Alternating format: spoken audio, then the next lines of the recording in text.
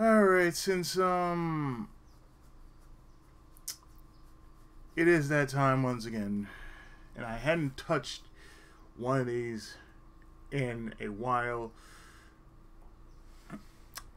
how about we start something fresh, shall we? Of course, if you don't know, this is Gyakuten Keiji, otherwise known as Ace Attorney Investigations with Miles Edgeworth. So we're going to do it a little differently than your normal standard fare of Gyakuten Saibon. Namely, we're actually going to do detective work and not just move around here and there like we normally do in a Phoenix Wright game. So what we're going to do is start up a new game like so. Oh, right. I have to start it up like this.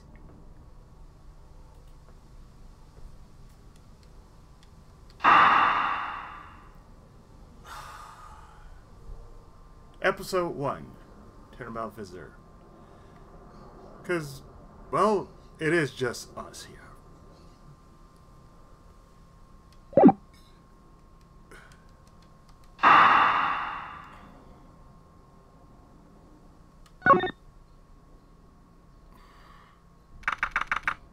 March 14th, 1:16 a.m. Place unknown. To make sure the defendant is found guilty, what other choice do I have? That's the job of a prosecutor after all. That may be true, but why? Why go this far? Sorry, maybe I wasn't clear enough. But a guilty verdict is all that matters. No matter what the cost.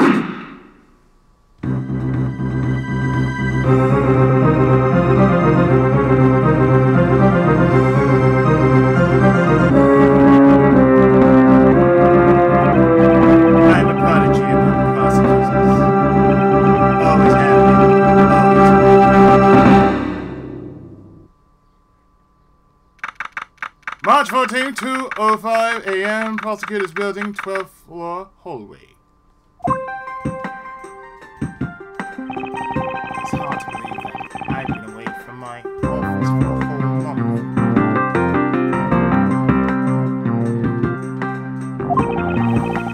I hope Detective Gumshoe has been keeping an eye on my office and keeping it clean.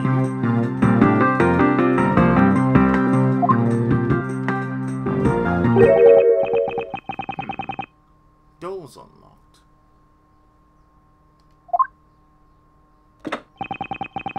Detective Gumshoe?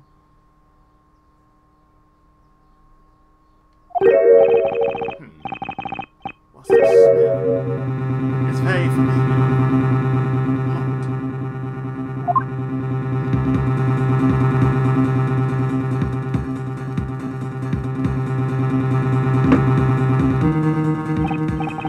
What the?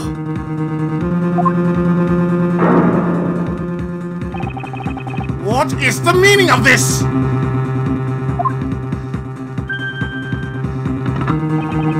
Freeze.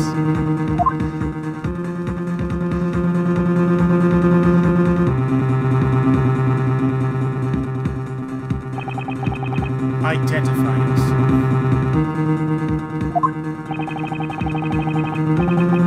Shut up.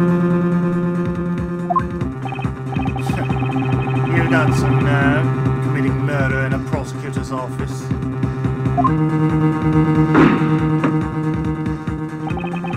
Is that a threat?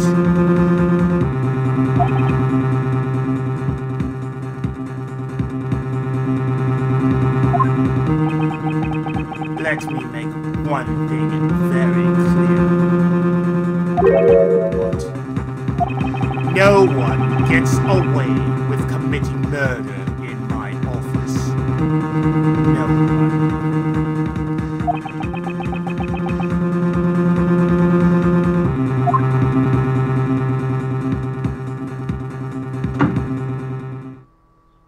That's That's tell him, Reiji.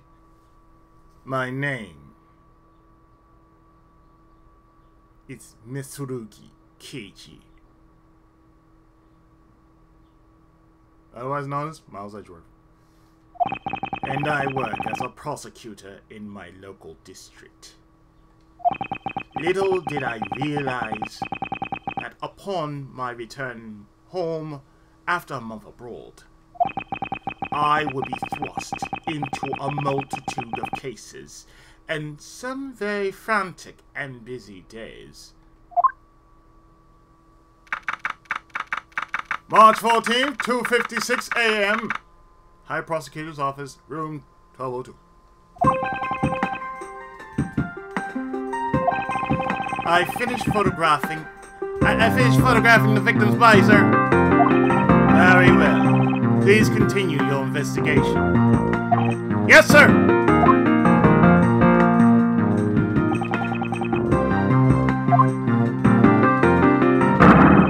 Ah! Oh, Mr. Edgeworth, sir! Are you okay, sir? Keep it down, detective. This is a crime scene. When I heard that a murder had taken place in your office, I ran up here straight away. This is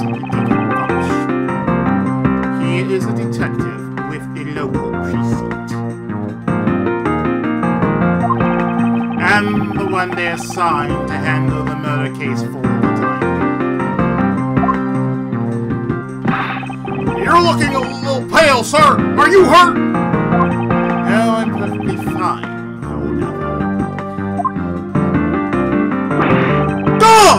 What would he get to your office? It's totally trashed! The culprit sullied my floor with dirt rather well. No one gets away with tracking mud into my office. Whoa! Sounds like you're getting really turned up. Wow. Sounds like you're getting really burned up over this whole thing. This crime was committed in my office, so 'tis my responsibility to solve it. That's just like you, Mr. Edgeworth! Okay, time to do some investigating. Agreed. Our first course of action is to gather relevant facts and leads. We must not overlook anything, no matter how small, if we are to follow it. So I'll keep any leads or information we find etched into the forefront of my mind.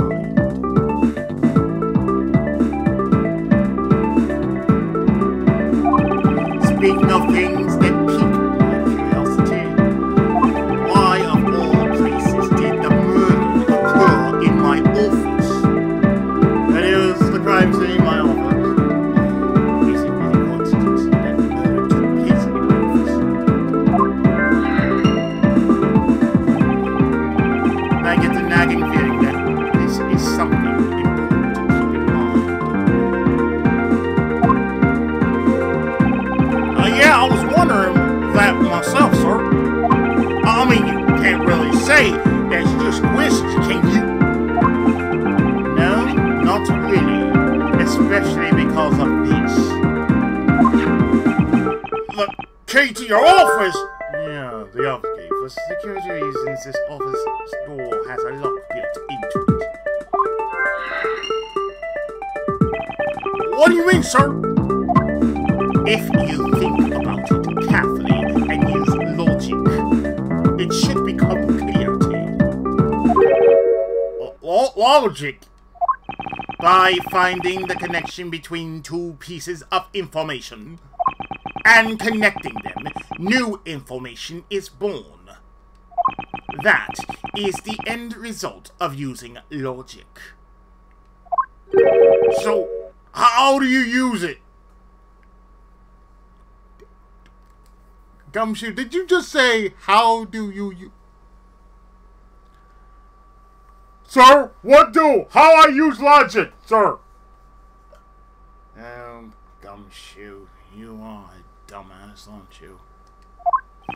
First, I recall information through the logic button, and then connect them together. Now, to touch the logic button and recall the facts. Like so.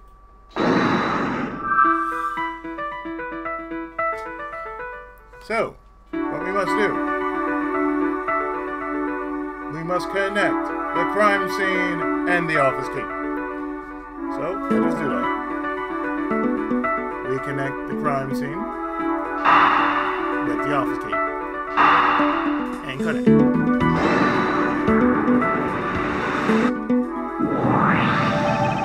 For security reasons, all prosecutors' doors are outfitted with locks, which means it would have been hard for the murderer and the victim to get in here. Ergo, it's impossible to dismiss the location of this crime as mere coincidence. Yes, that's exactly what I was thinking, sir. No, you weren't. Oh, just follow me here. There must be a reason why someone infiltrated my room. What was the killer after? The killer's gone. Why did this happen in my office? What was the killer after? You're really on the ball today, Mr. Edgeworth. That's a beautiful logic, sir. Follow these to their conclusion, only the truth remains. However, if the information doesn't line up properly, I may stray far from the truth as well. But if I think carefully before piecing these together, the logic should flow.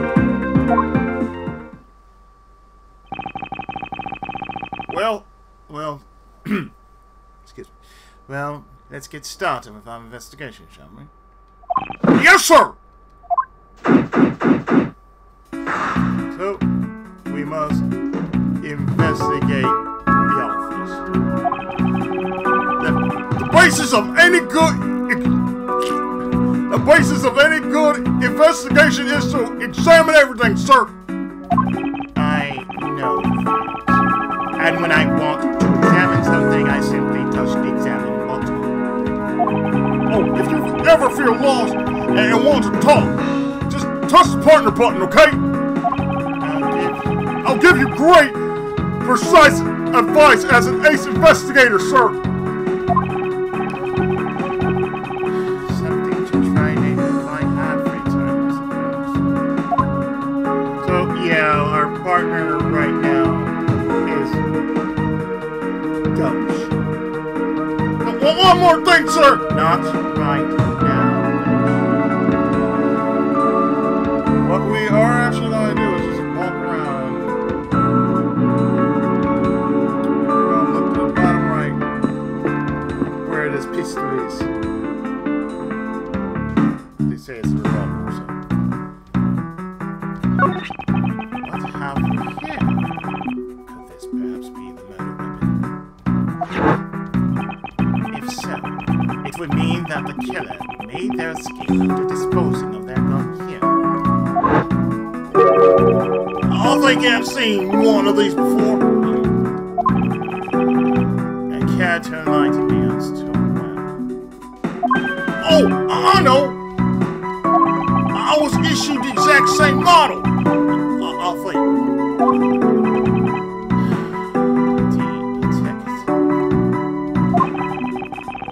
I don't really like guns all that much. I mean, they're really dangerous. But now that I'll think about it, you do see this model around the precinct a lot, so.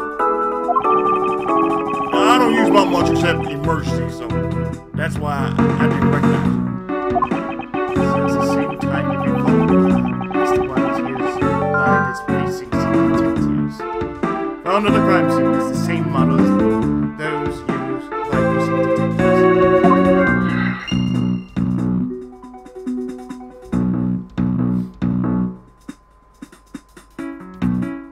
So on the right side of the room,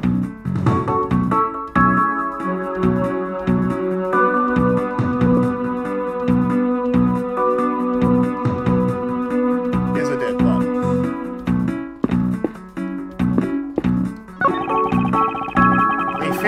photographing the body, so it should be alright to examine it. I will listen until I've inspected every suspicious cradle.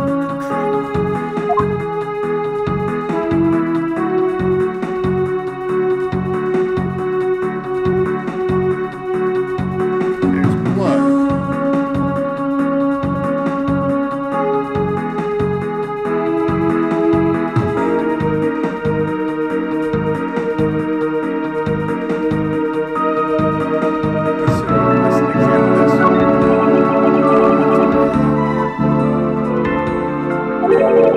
I think I've seen one of these before.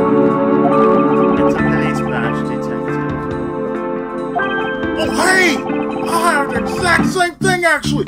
What a coincidence! Let's take a look inside. Bloody Faith. Detective. Mr. Bloody Faith. It would appear that our victim was a detective, just like you. According to his badge and ID, Bloody Faith was a precinct detective.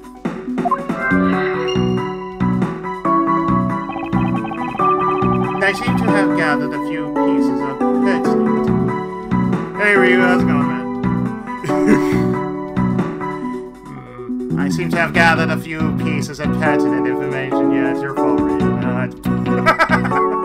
Actually, I do have the fan translated versions of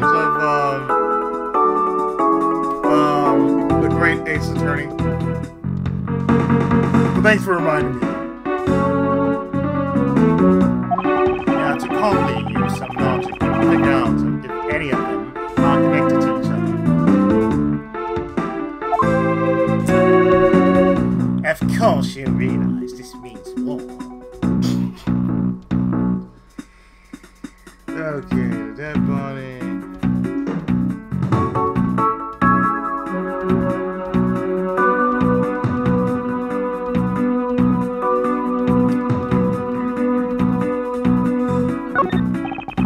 Let's see now. There's blood all over his lower abdominal. Yeah, of course. Instead of Phoenix actually looking at it, oh my god. Somebody clean up my office, please. It's starting to smell like ass. Rotting dead ass. There's blood all over his lower abdominal area. It looks like the bullet passed clean through. It looks like the bullet passed clean through his heart.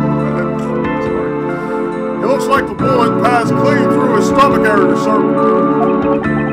In other words, he was shot. Yep. And until the autopsy's done, I don't think we'll know much more than that. Please have the body sent to the morgue once they're done processing the crime scene. So we got notes.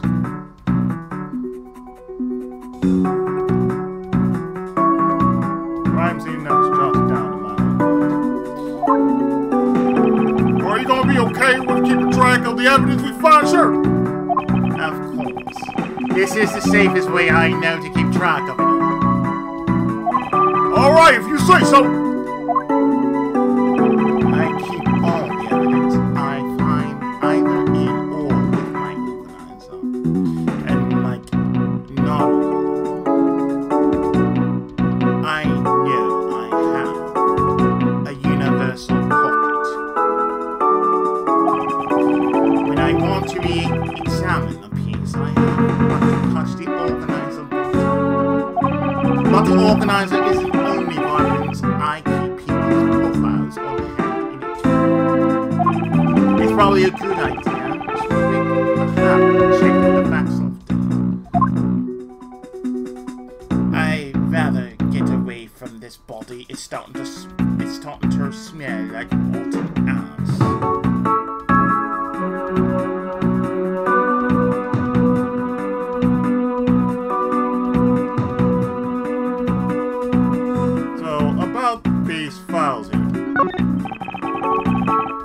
files are all over the floor, sir. They probably fell during the struggle between the victim and his killer. My files are always connected to the struggle between the victim and the killer. Oh, and I tried so hard to keep this place spotless while you were away. I mean, just render all the time and effort I put in pointless. I don't recall ever asking you to clean my room.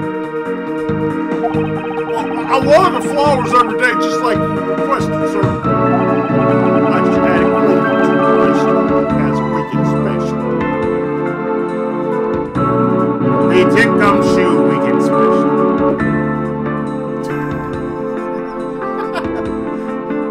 And we are okay with the DS6 incident fires. Gumshoe! Your pay has just been increased by 5 cents. For about half a day every Saturday, I'll come in and clean this place until it's sparkles.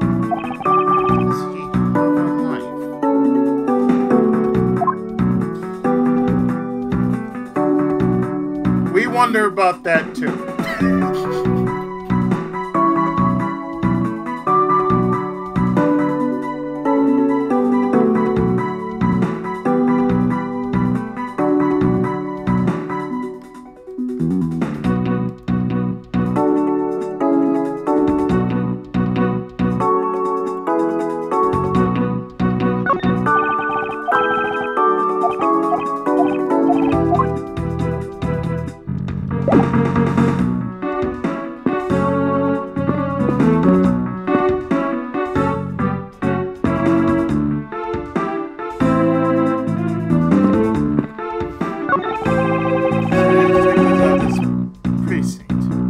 I'll use the same model revolver.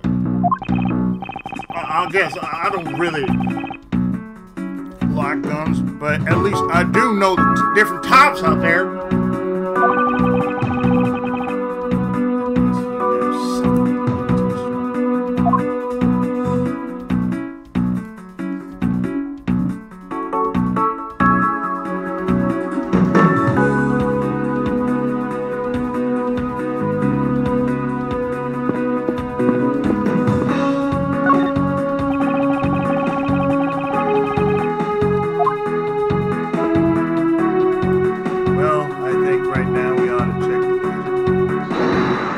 To omit the logic.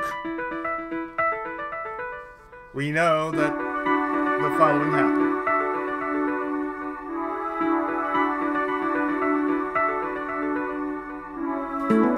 The victim was a detective. And there was signs of a struggle.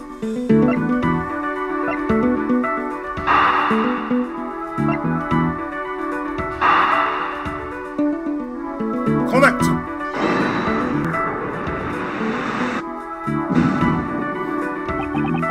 I can't see a clear connection between these two pieces of information.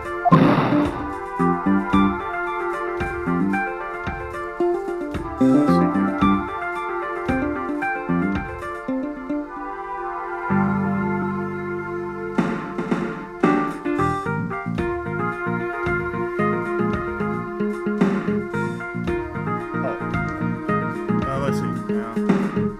The victim was a detective. And a revolver was found. Correct!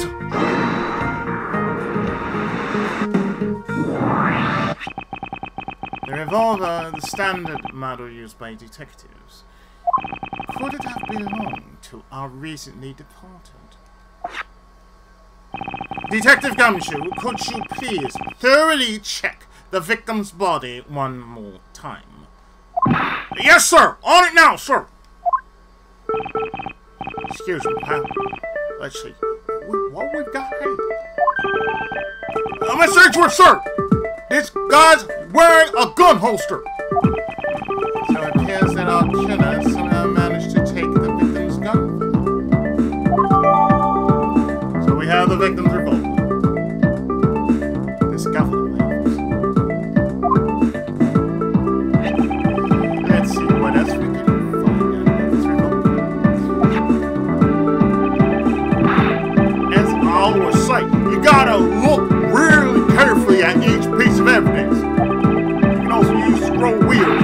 rotating object, and there's no such thing as a bad angle. Sidebar, the X, Y, zoom in now, get at the meat creep.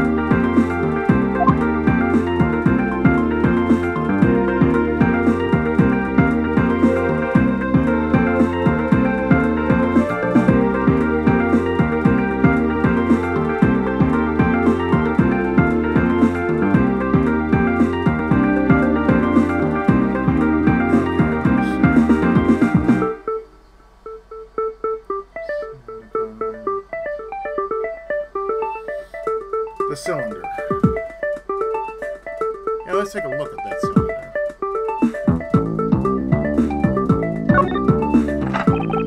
It looks like only one round was fired from this.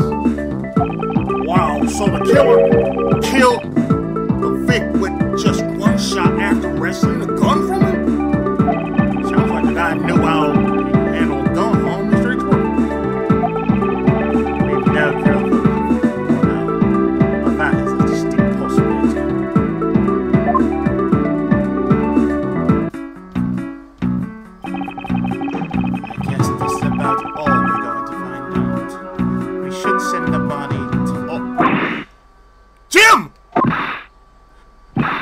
what?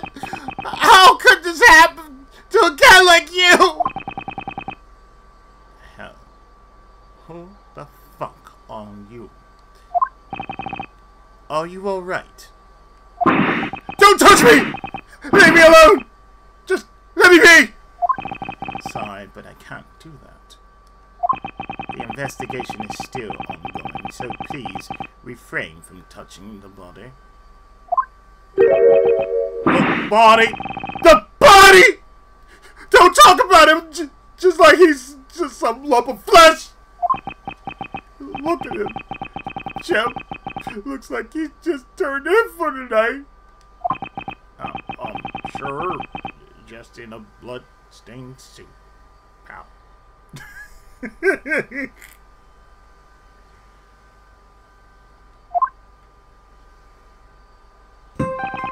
Where are my manners?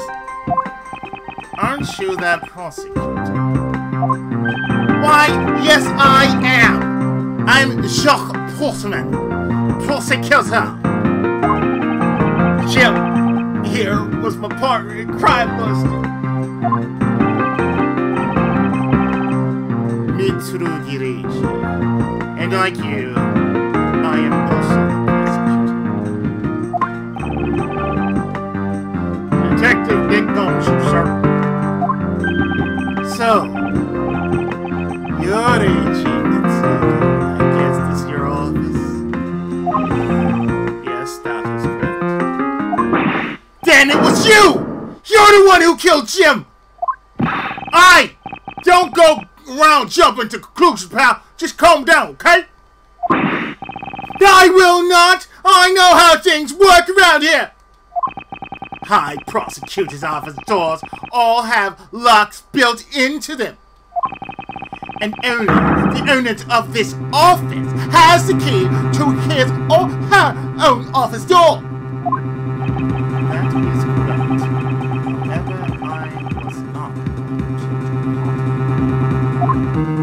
Yeah! Mr. Edgeworth has been overseas on a business trip this whole time, pal. And the key to the office was me the entire time, okay? So, the only one who could get in here was me. What? That means... I'm not sure what that means. Gumshoe. So, it's you again! You're Jim's killer! No way, pal! You got it all wrong! Everyone calm down. Mr. Putzman, correct? If you are a real prosecutor, you should know to stay collected. The investigation has only just begun. Isn't it too early to be drawing conclusions? Alright, I get alright, my mistake. I tend to get a little too hot-headed sometimes. You sure are one cool customer, though.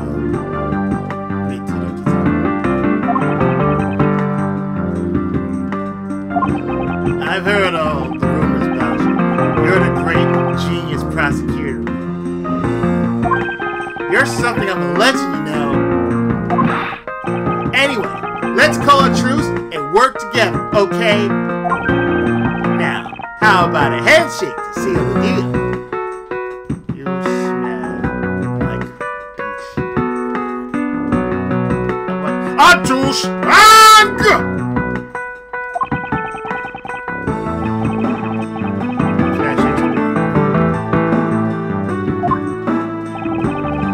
You guys were conducting your investigation, right?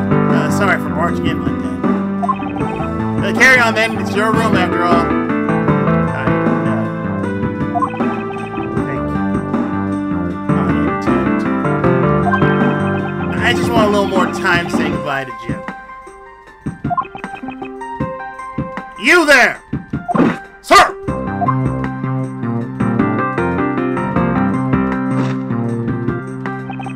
I want you to capture this scene on film for me. My final farewell to my partner, Jim.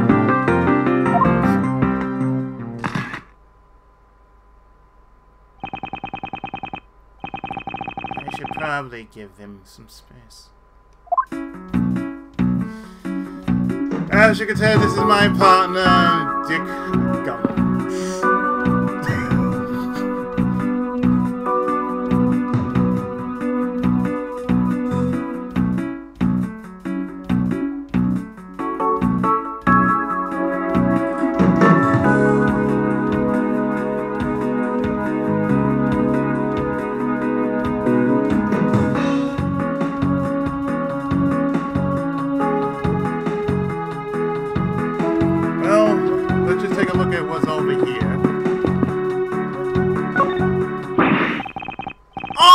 Your jacket, sir! What you doing on the floor? It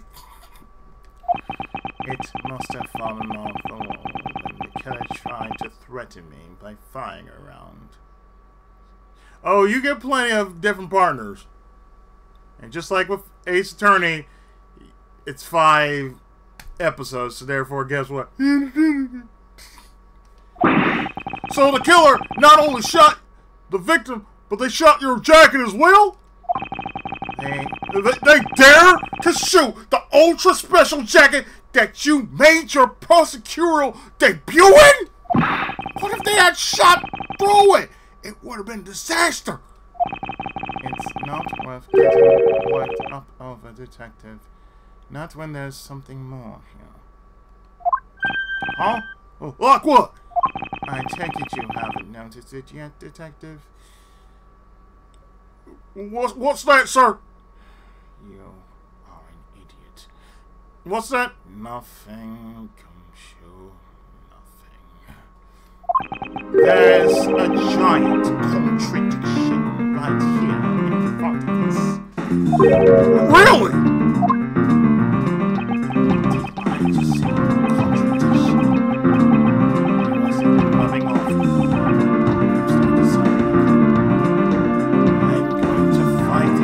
To say it.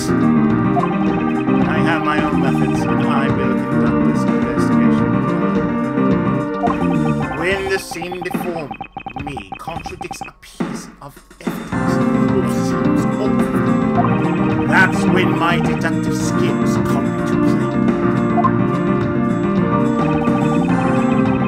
First, I have to find the spot that holds the contradiction.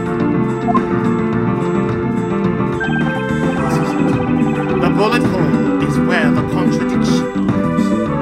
When I spot something that's off, I should touch the deduced bottom with conviction. And when I have found proof sufficient to prove the contradiction, I present it. This is how I do things.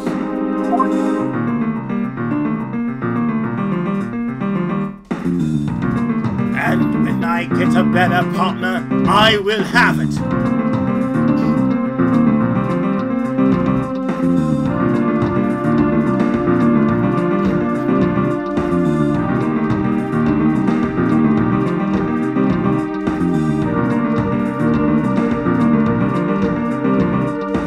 So, it's only fair that the only thing we can deduce right here is that we point to the victim's revolver, which makes perfect sense, like so.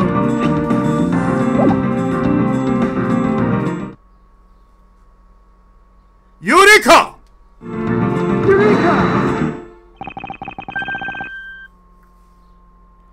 This bullet hole is the contradiction. What do you mean, sir? It's elementary. 2 shots were fired in this room.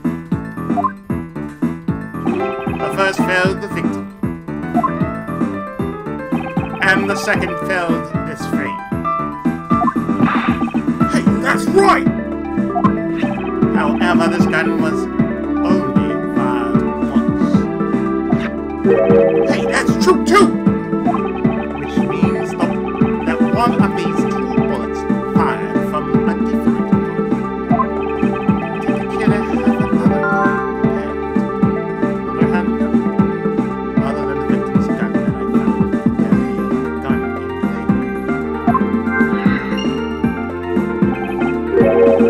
Oh, by the way, I know something, sir. You're thinking. Yes. What's that thing sticking out from behind the frame? That is a secret safe. Oh, secret safe! Oh, I smell money! Now spares the trouble and just say it. Nothing like what you're imagining is inside.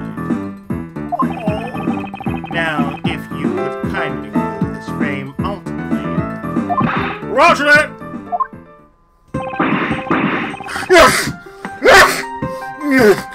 Talking about dust. I suppose that's what happened. I had no idea there was a safe here. Well, I had kept it clean for you, sir. So when did you put this thing in? It wasn't something I had installed personally. Every prosecutor's office has one. Really? I had no idea. Well, only prosecutors are supposed to have knowledge of their existence. So, well, what's inside, Mr. Edgeworth? Right now, nothing. We only use them to store especially important evidence when a trial is in session. That's it. Talk about squashing my hopes and dreams. Well, there you have it, folks. A secret safe. I won't rest until I've inspected every suspicious crime. For you see, I know where I'm hiding the good shit.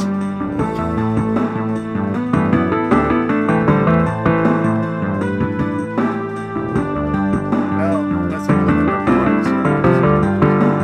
It's right here. Now, this is old. You found something, sir? This keypad. Don't you find it to be a bit too clean? Yeah, there's a thick layer of dust all around it. But not on the keypad itself. You there, forensic scientist. Yes, sir. Could you please dust this area for fingerprints? You got it, sir. I couldn't find, let alone lift, a single print. Looks like it was wiped down well. All the fingerprints on this have been wiped clean off.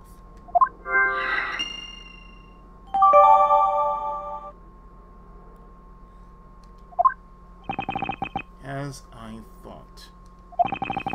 It appears that logic is the only way around this setback. Time to rashly and calmly connect the dots with the information we have.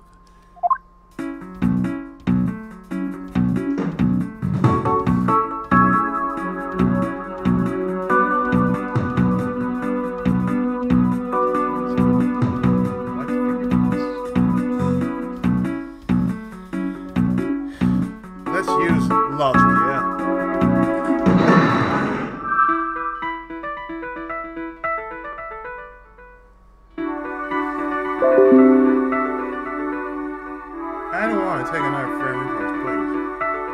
I don't even know you. So we have the following.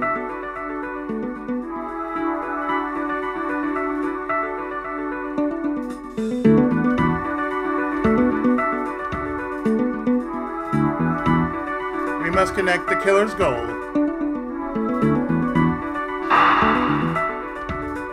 with the white fingerprints. And connect! I believe I have figured out what the murderer was after. Well, what is it, sir? The fact that the safe was wiped clean of fingerprints suggests that the criminal had at least attempted to open my safe, making the culprit's motive for breaking and entering theft, I believe. The culprit tried to open my safe. Was the killer's motives theft? I wonder if knowing that the motive behind this break-in was theft changes what the other pieces of information can tell me about this crime.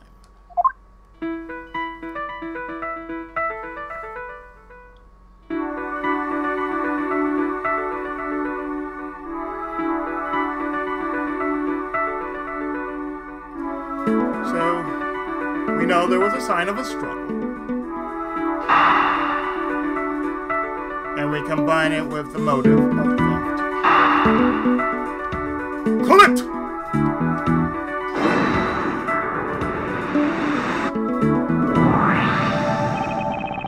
There is a possibility that the files splayed on the floor are not the result of a struggle between the victim and his killer. Oh, you mean like it could be from when the killer tried to find some, sir? Precisely. We need to figure out if any of the files have been stolen. Yes, sir! I'm gonna shelve files like you've never seen before, even at a library! Sure. Let's give that a try.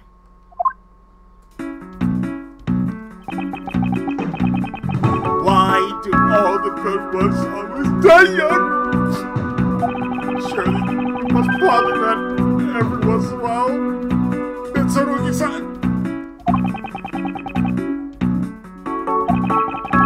No matter how much we lose, the dead will not come back to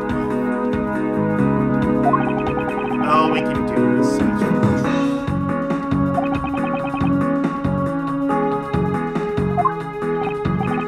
And so, what are we supposed to do? How do we go about finding the truth? First, we calmly restore the files to their rightful place. You got it! Here, let me help. So this file goes here, and that book goes there. Gumshoe, I'm deducting 5 cents from your salary. You sure know a lot about where things go, despite it being Mr. Edgeworth's office. Because I'm the one who keeps it tidy, pal. Okay, done. It would appear that the murder was definitely committed here. The blood stains on the bookshelf are still fresh. I suspect that the victim was killed in a standing position, hence the prints on the shelf. And then the guy fell onto the floor, right? The blood on the floor kind of grows me out. Detective, I don't have the time to deal with your weak stomach right now. But you know I'm no good with blood, sir. I'm sensing there's something wrong with this patient. This number of patients really important.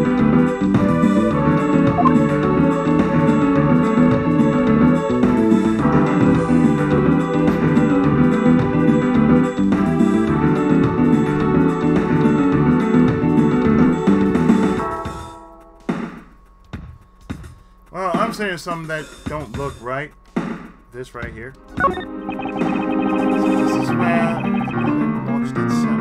So this is where the bullet lodged itself after it went through the victim, huh? For the bullet to be lodged so squarely in a fire spring indicates that the files were ransacked after the shooting had occurred. Then I guess the victim was moved because he was in the killer's way.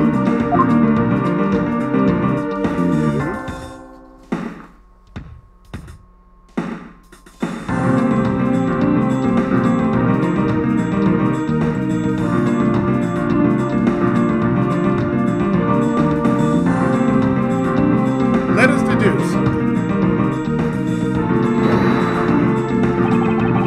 Is this the spot somehow connected to any of the evidence?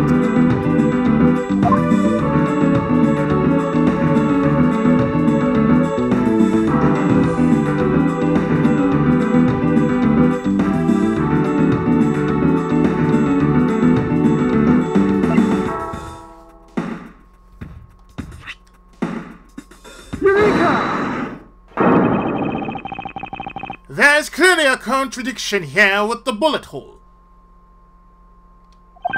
What do you mean, sir? You don't see. Quite simply, the bullet hole itself is too low. If the victim was shot in the stomach, the hole should be much higher up. But what if the guy was shot while he was sitting down or lying down, sir? That would be illogical. The victim leaned against this shelf here after being shot, which suggests that he was standing when he was shot. Then that means... Wait, what does that mean, sir? 50 cents stock pay, that's what it means, you dumbass! It means you need to use your brain every once in a while instead of mind detecting. In any case, it means someone made a faulty assumption. And it was from this mistake that our current contradiction was born. What is this faulty assumption that caused this problem with the bullet hole's position? It happens to be the order of the fires.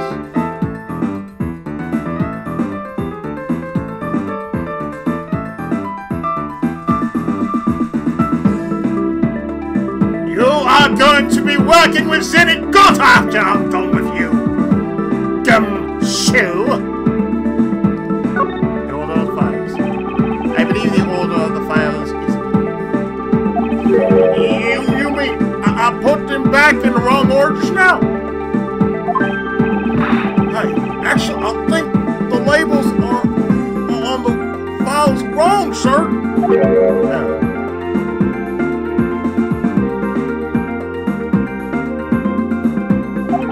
Yeah, you see how the file that was shot began with the number 0?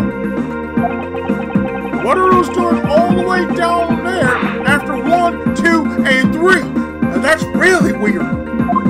Actually, the way they are organized now is the correct order.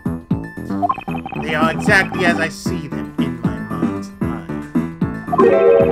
But the numbers are all out of order. Those white binders are special, so they are arranged a little differently. But from this, we know that the files were not in this order when the crime occurred. So that's it. I believe the killer made the same incorrect assumption as you just did, detective. Let's rearrange the files in numerical order and see what we find out. And do you think it'd be okay to prop the body back up to how it was before it was moved? They finished processing the crime scene, so I don't see why. If you please, Detective Gumshoe. As I suspected, the bullet hole is now where it should logically be.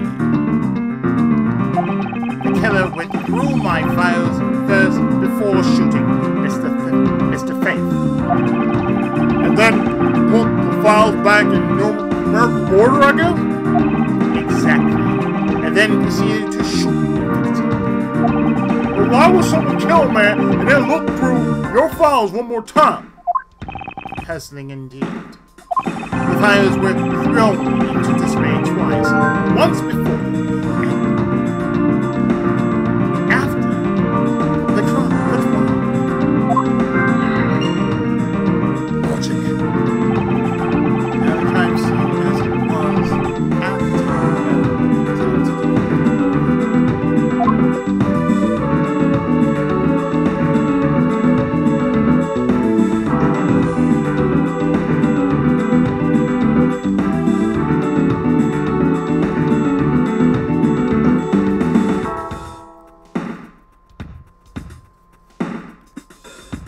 The hell is this? this. What is? What is that? I see the word gum. Gumshoe. Oh, gumshoe. Gumshoe. What the fuck, man? Why does it say gumshoe on there in blood? I'd say it's some incredibly incriminating evidence. As indicative of criminal activity indeed. No, wait! There's gotta be some mistake! Mr. Edgeworth! Sir! Help me! Say something, sir! It appears that one of my files was stolen. Is that all, sir? What about me and my situation? What about your situation? Is this what the killer was really after? Stolen file data. Investigation complete. Looks like Jim was able to leave us the name of his killer in the end. And this most important message managed to reach us. I'm telling you, it wasn't me!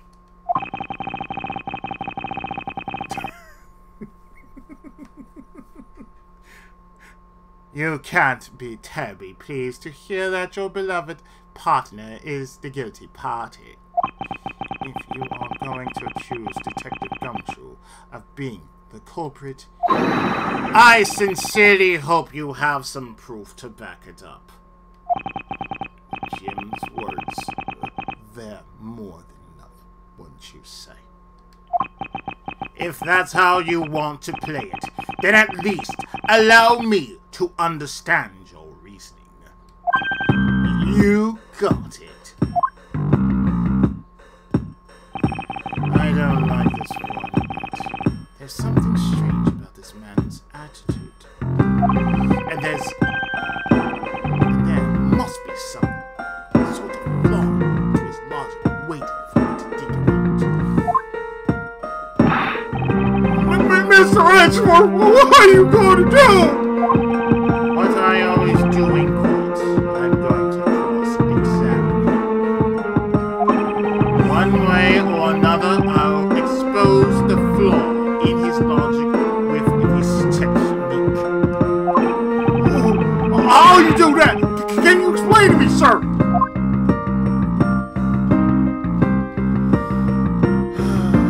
Do I really have to, you dumbass?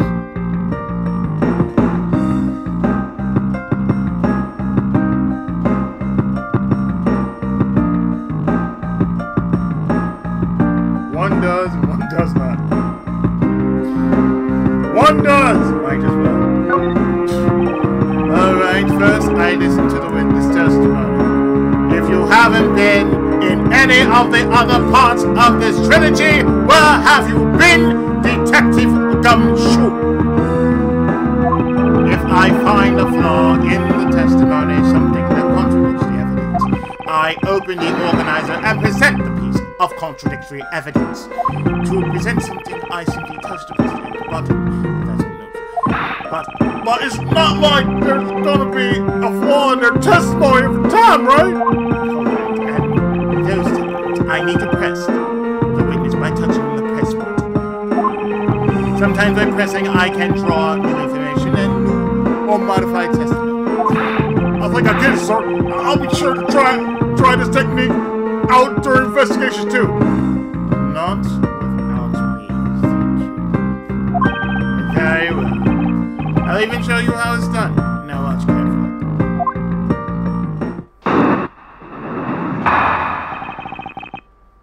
Mr. Portsman's logic.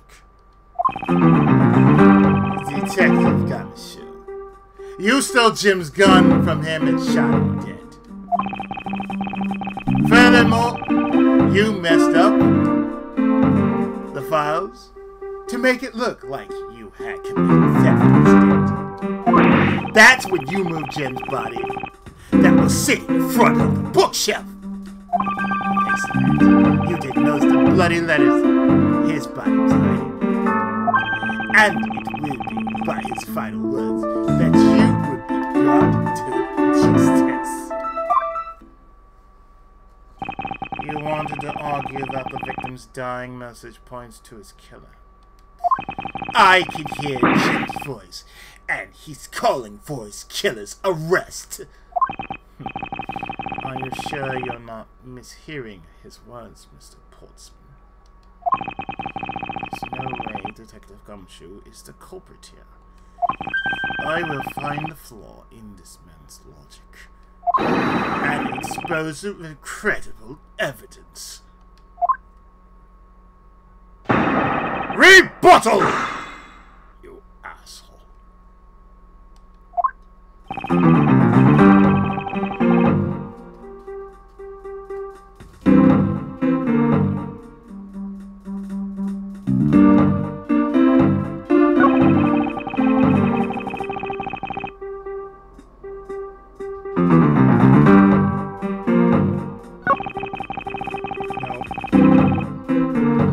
But thanks to that, that's what we need.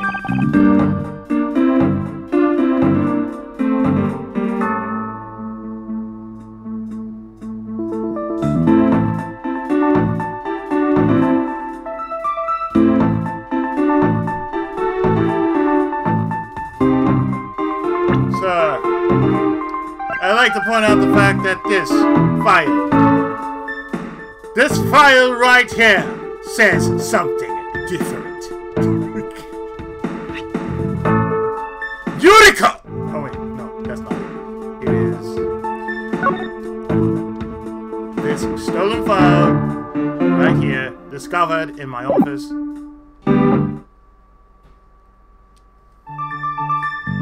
Idiot!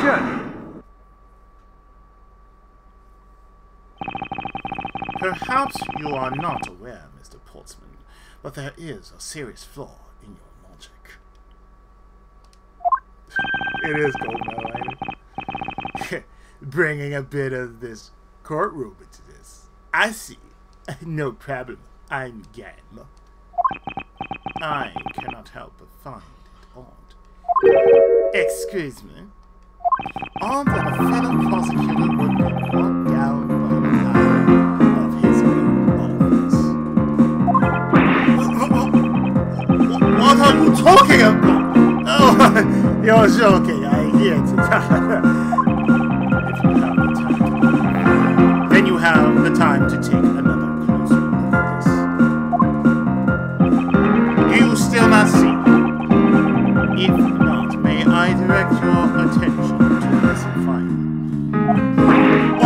What? That's impossible! What's impossible?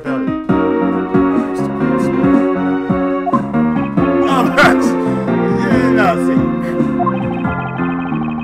The files on that shelf are all about a certain case. When the killer went to take the file after murdering your partner, I highly doubt that they could have missed the bloody letters written on the smiles. Yeah, you noticed that too, right? Objection! It's possible that they could have taken the file before committing the murder. I think it's pretty obvious that the file was stolen after it was written. The missing letters in the detective's name where the file should be. Yeah! Reiji! If Detective Gumshoe really was the culprit of this case, I highly doubt that even he could overlook his own name written in blood on the files. Especially as a detective who cannot stand the sight of blood. Why do you not say it like that?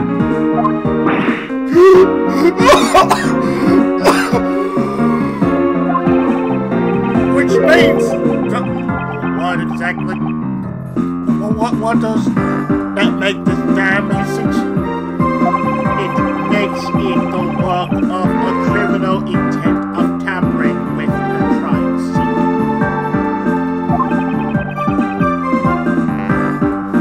Are you sweating now, there, sir? You must be sweating, aren't you? Oh, that's so low! I can't believe the criminal tried to pin this whole thing on me, sir! I'm gonna get him, sir! You see, I'm gonna have him! I'm gonna have him on the wrist in no time! Well, Mr.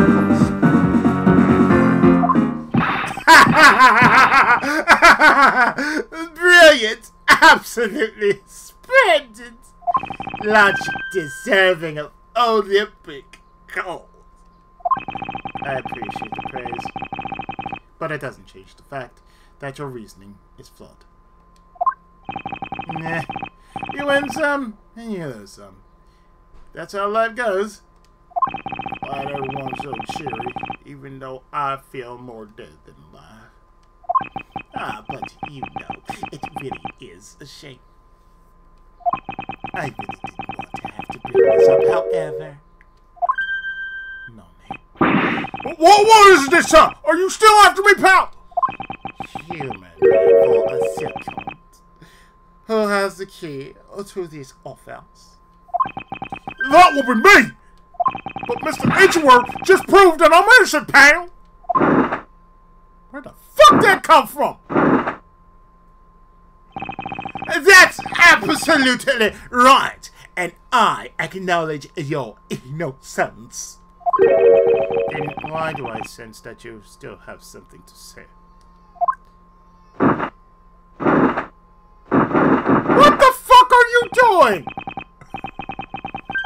Well, I was thinking, did you know there's one other person with a key to this office?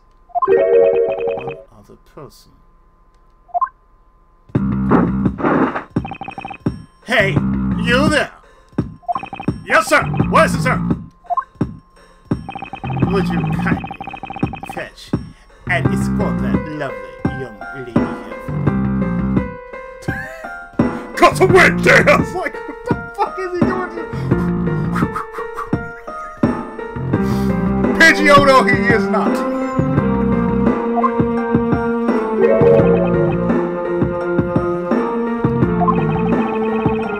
The girl is a member of this building security. Think of her as a material witness.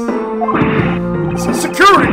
Did you say security? No, stop it, pal! Don't!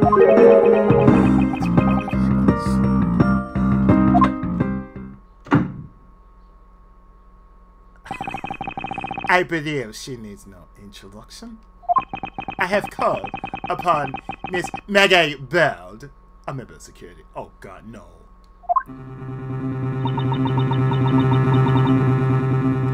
Detective Gumshoe, sir. Maggie! Miss Bird is the security guard on March 9th. I see.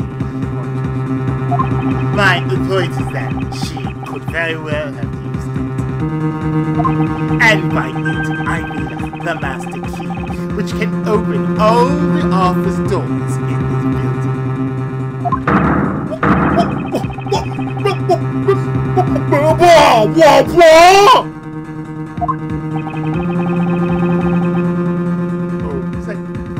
Imagine if old bag was like, oh, it's a kid! It's you! How are you? You can already just picture the face.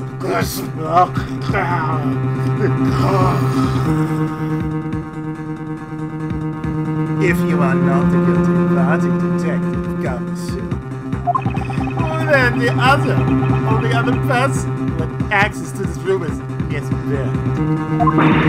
How dare you! I would never sneak into someone's room. That's right! I refuse to believe that Maggie's the culprit, pal. Oh, it was me! That's right, I did it! I did it! Can we take that as a confession? Oh, well, it wasn't really me. It was definitely wasn't Maggie, pal! So yeah, it was me! If it was, you have no problem with that, right? Please refrain from flying off the handle, Detective. There's no need for such theatrics. Just a wit chance! Listen to your boss, Detective. He understands what I'm saying. Just a wit chance! Just a wit chance! That girl is the only one who could have made it together. And simple easy. Just a wit chance! Just a wit chance! Just a wit chance!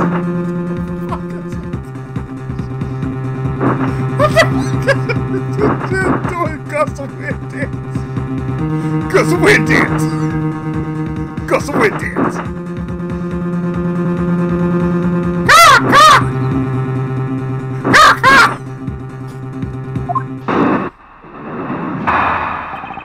Reason for suspicion. It's pretty obvious that Miss Beard snuck into your room using the master key. I mean, if Detective Gumshoe is the one who opened the door, I think that means only Miss Beard is a prompt suspect. On top of it, she was a detective, don't she? Making all that more probable that she was the only one who faked the dying message. So you're saying she used the master key? Seriously? Like, I want work. Let me work as a security guard. Oh no, you're a Red-a-Cop. Maggie Bird, Red-a-Cop.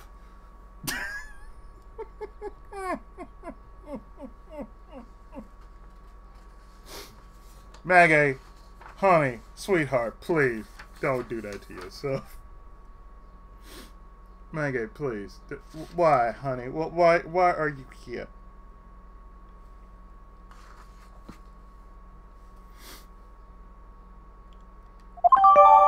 So we got the master key data jotted.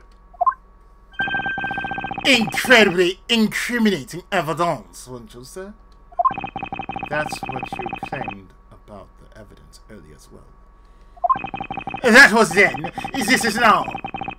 The flow of a good match always changes during rally. It's all about your reflexes and reaction time, especially for an athlete like me. I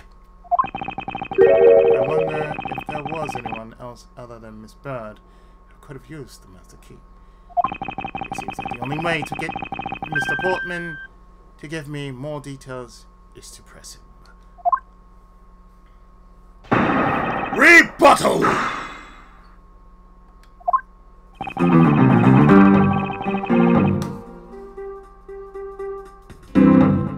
Sir, it's pretty obvious that I must ask you about this. Hold it! Monty! Are you sure Miss Bird is the only member of security who could have used the master key? There's only one person on staff at this time of night, and tonight she's it.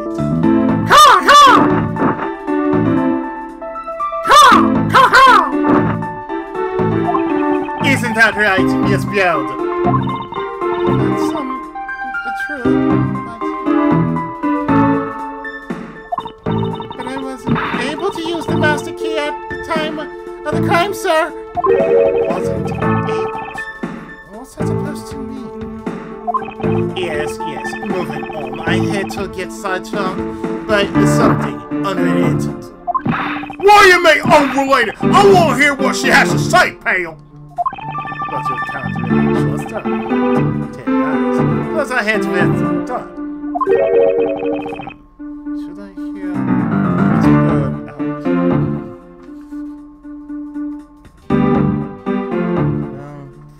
Let's see. Do I want to hear it? Yeah, I do. I do want to hear it. Not so fast. I, too, am interested in what this bird has to say.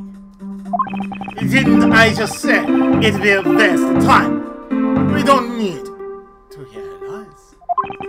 I'll Miss Bird, if you please. I discovered that the master key was missing at around 1 a.m., sir. What do you mean by missing? As in, it wasn't anywhere in the security booth, sir. The killer must have stolen it. Mr. Portsman, I believe this to be an important piece of testimony. I cannot believe that someone like you would be taken in by such words. Caw! Caw! I'm not lying, sir. Objection! Ignority! Yes, it's the case. Then I'd like to know why you have the master key now. I don't quite know. It just reappeared all of a sudden, sir. Ha! That is story. And there is your proof that the master key was stolen to begin with. I bet you just forgot where you put it and then found it. I never lose things. I can practically guarantee that. With me, if something disappears, it's usually because someone stole it. Like my virginity. Wait, what? Yeah, pal! Trust me! You don't want to test just how bad her luck is.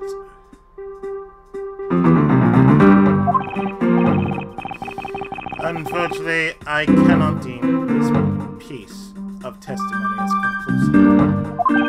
Glad you agree, Mr. Edgeworth. But you still haven't established Maggie's motive for breaking into Mr. Edgeworth's office. The hair melted, didn't it? Already established that it was red. I mean, the culprit clearly went through the bookshelves and at least tried to step. Come! It is as Mr. Portman says, Mr. Detective. I cannot ignore the fact that all the evidence points towards a motive of theft. But I'm done taking blows. It's time to counterattack a few facts of my own.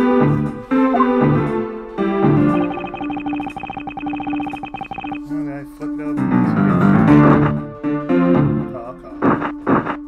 Call.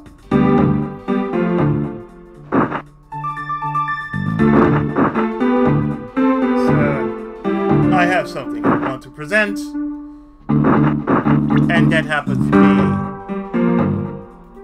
my secret safe.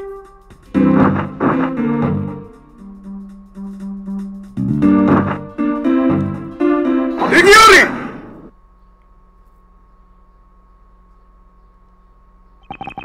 Do you wish to continue insisting that Miss Bird was set on stealing something? Why not? It is the truth, after all. Caw! It was also by your logic that we came to the whole theater conclusion anyway. That may be, but you must also be aware of the fact that the thief that may be, but you might.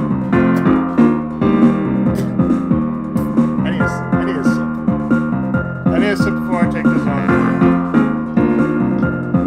Quick sip. Very quick sip.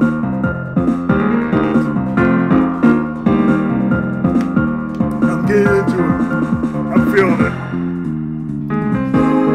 That may be, but you also beware of the fact that the safe is a secret safe, the existence of which is only privy to prosecutors. Go!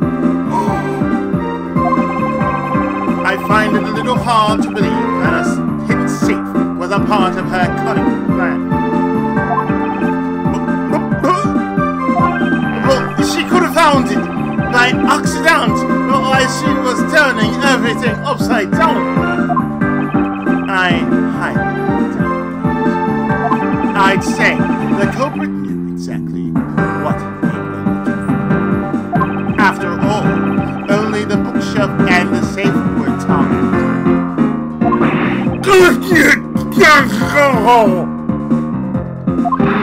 Yeah! Even I didn't know about that safe, pal. And that means there's no way Maggie could have known about it either. Are you proposing that the killer is a prosecutor? Interesting. That's definitely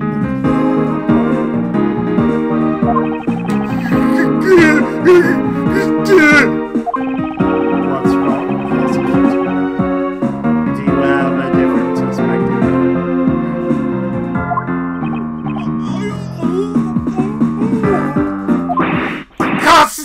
Why? What makes you...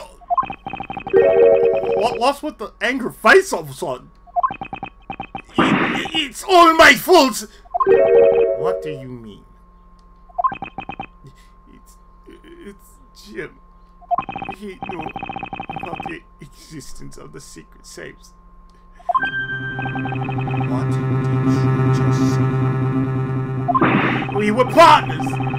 Like inseparable, conjoined twins! That's it. Right, I told him. I hid him in all the secret safes. Then that means... Yeah, I know. I had only just told him to. Obviously, it was wrong to tell. I still can't quite believe it. He broke into the room was probably she. Now he's claiming that the victim was the thief. And you were simply trying to stop the murder. Miss Maggie Bird. Excuse me.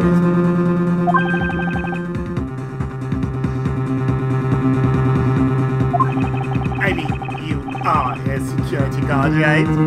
That is your job. But killing is a bit too far, even in your risky profession. What? You're still accusing Maggie of the murder? Yes, you know. I mean, she had stumbled upon Jim, or had probably trouble. I killed him. It was self-defense, wasn't it? No! I could never do something like that. Not even as a security guard, sir. Plus, even if he was the thief, he wouldn't have a key to the office. Yeah, just precisely like he had to steal it. It was Jim who stole the key. Pretty impossible for a supposedly stolen key to be here with us, mother. Yes. You retrieved it from Jim after you killed him.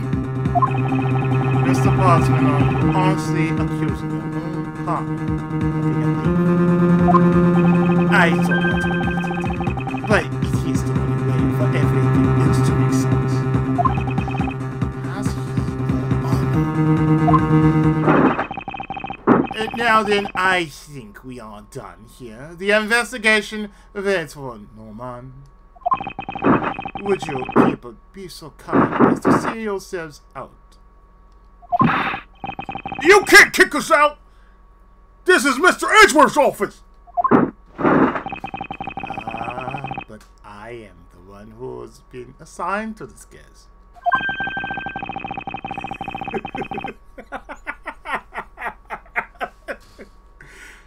You are all suspects to varying degrees and therefore ineligible to run this show.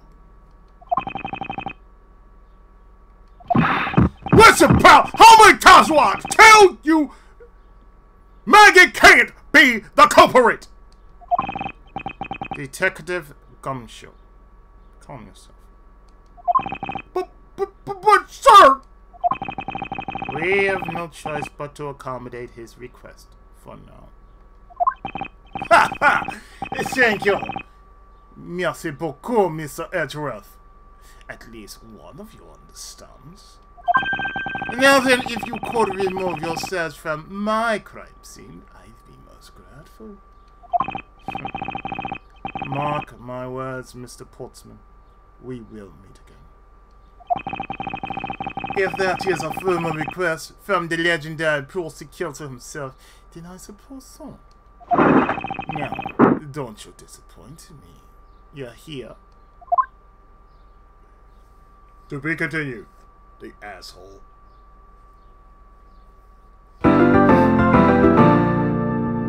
Oh yeah, we're definitely saving. Because we are hardly done with this.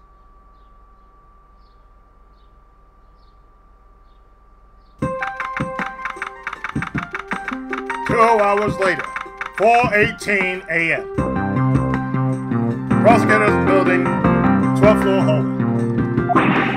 What is with that prosecutor? Can't believe how rude it was. It was unbelievable. Please maintain your professionalism, detective. Or like that. I'm gonna find some real solid evidence proving Maggie's innocent. You'll see, sir. Nobody messes with my bird except for me. But we've been kicked out of the crime scene, sir. So then, what now? It's like my mind's falling into yet another gigantic ditch. No, not despair, Miss Bird. We can overcome this as well. There are many other places and things we should be looking into anyway. Hey, really, sir? For example, this whole room. The linchpin of this argument against Miss Bird is related to the Master Key. In that case, this hallway is the perfect place to look for more information regarding the mysteries surrounding my door. Begin investigation. In this hallway. I can't believe I'm still alive. It has been only a couple of years since the last trilogy happened. The only trilogy happened.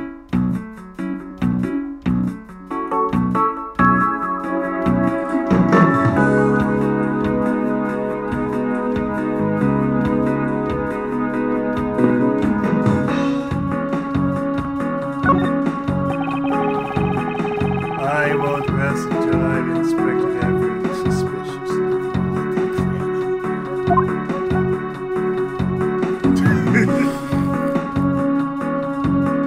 His power is opposite.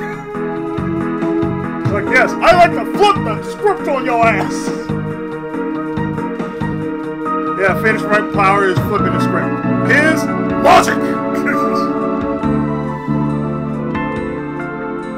Yes.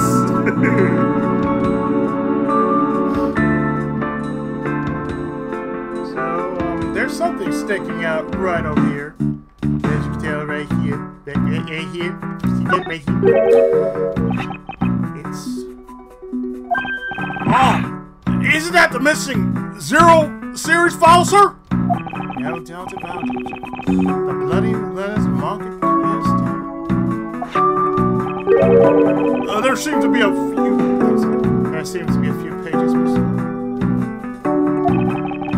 A thief took only what was necessary and left the rest behind. So, what are these 0 files about, sir?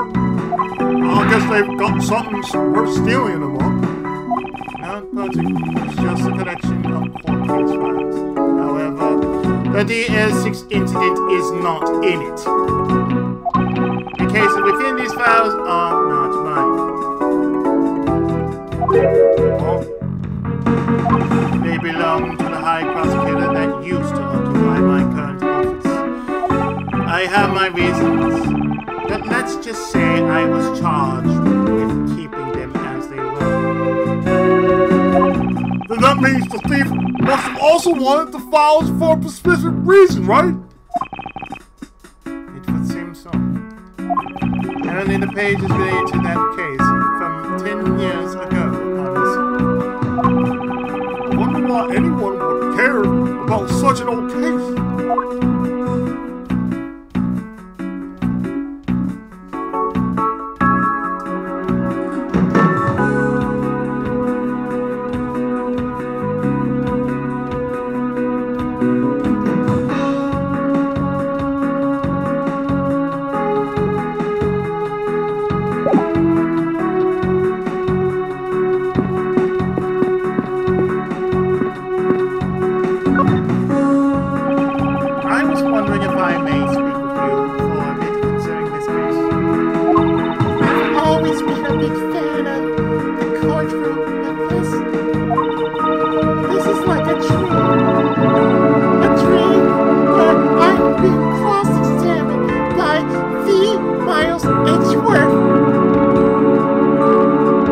Mitsurugi,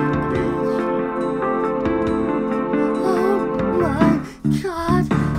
Your actual name?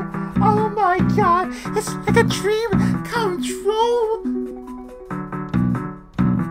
What? I cannot let this chance pass me by. I must remember to ask her about the master key.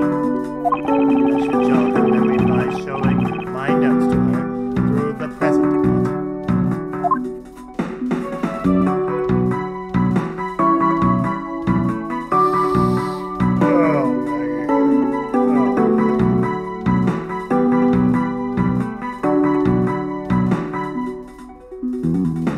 What do you know about the victim? Have you ever met the victim before? Well, I've seen him a couple times before when I had to go to Mr. Portsman's office. Mr. Faith is always playing basketball with Mr. Portsman, sir. Well, that sounds like fun. I know, right? Seriously. Oh my god, I think I'm gonna faint. I got hot flashes. It sounds like fun, but the only person ever taking a shot was Mr. Portsman. All Mr. Faith ever did was pass him the ball, sir. On second thought, I don't think I'd have fit in all that well. What about you? Miss Maggie Burke, I take it that you are an acquaintance of the detective? He's actually my boyfriend. He was under my supervision back when she was still on the force, sir. One day, she got caught up in a murder, and things started going downhill, so she quit. And I owe a lot to Detective Dumption for introducing me to my current employer. Or so I thought until a few hours.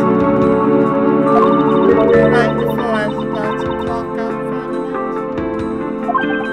You got caught up in this world of the case, correct? But don't worry, my whole life has been nothing but a whirlwind of bad luck and failures. So, in other words, blame were you? Okay, got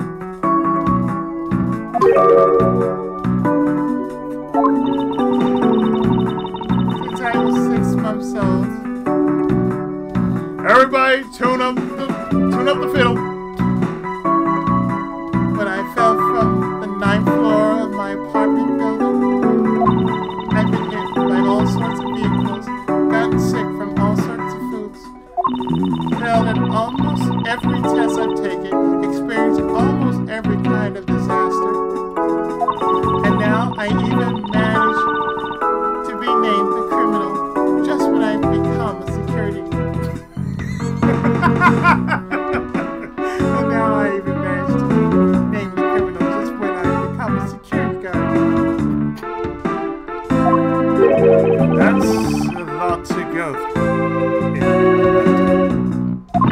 I know!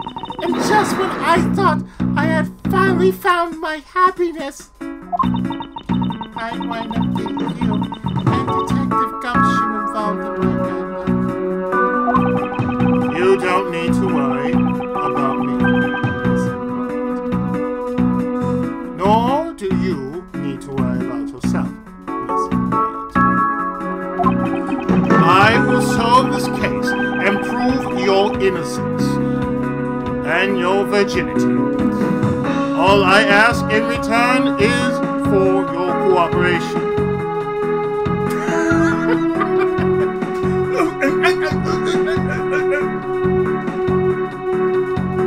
All you heard from her was,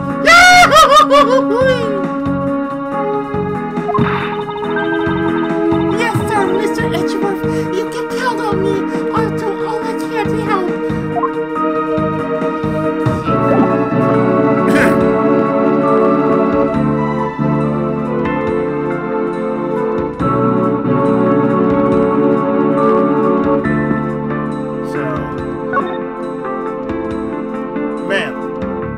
I must ask. I know, right? I must ask about this master key.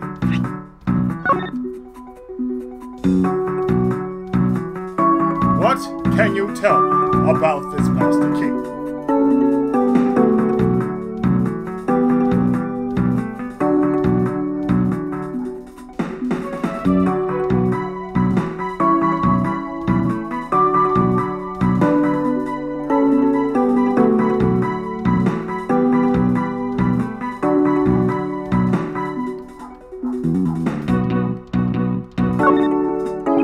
It's the master key to every office in the building.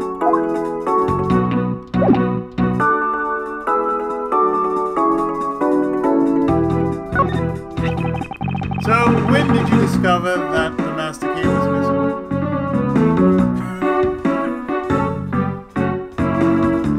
Suri called it key. So, when did you discover that the master key was missing? By the time I realized it, I think it was around 1 a.m., sir. And I noticed it was back at around 2:30 a.m.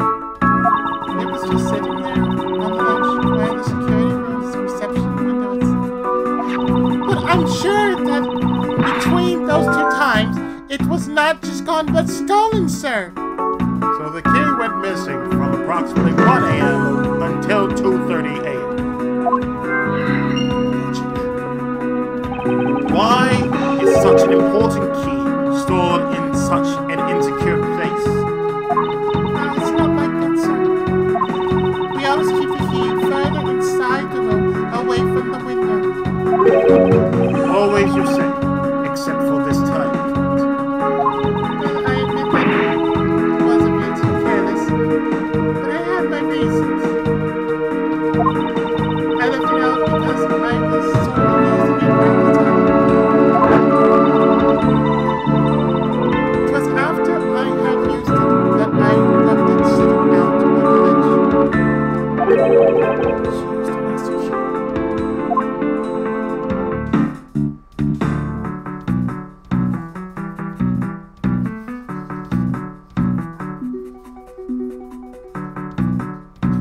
So you're saying you used the master key? What did you mean by you used the master key? Well, I had to use it to open the door for the prosecutor who had forgotten his key.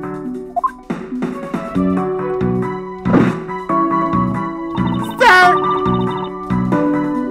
I mean, it's my job as a security guard, right?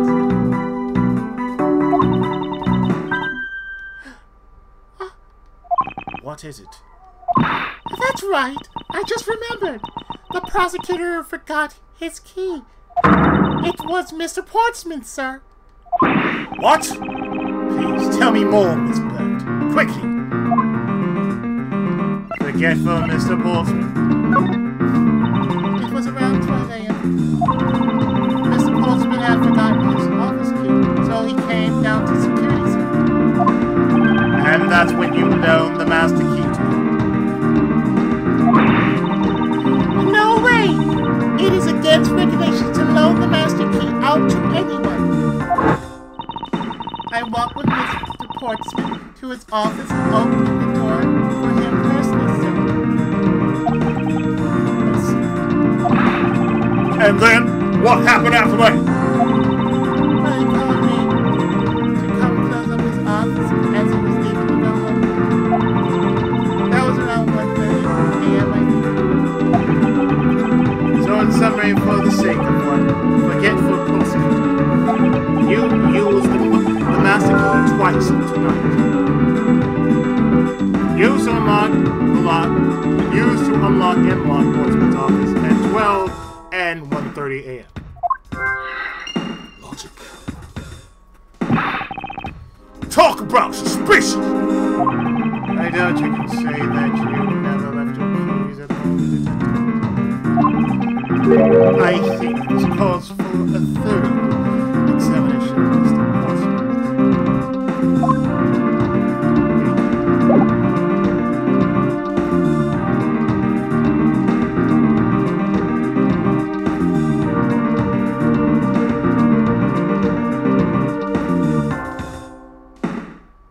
To the right. Oh God, it's you!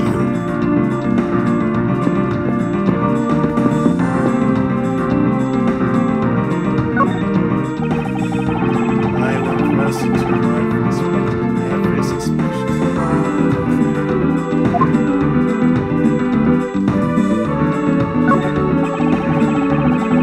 A minimalist yet classy home made of top quality. It's kind of majestic, too! Fits in really well with the ambiance of the prosecutor offices. Even Mr. Portsmouth seems dignified just because he worked behind one of these. Nonsense. A man doesn't become more or less dignified because of where he works. I done my role, my office. Well, he seems more dignified than Mr. Payne. Mr. Payne, I suppose, is still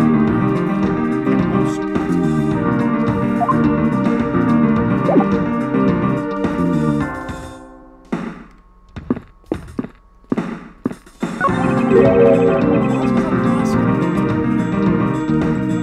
Well, that's Mr. Portsmouth's prized possession, sir. I heard he also plays soccer, dodgeball, and even tennis. What the fuck is he, 20 years old? And now single? And not a single one. The sports is suitable to be played in all.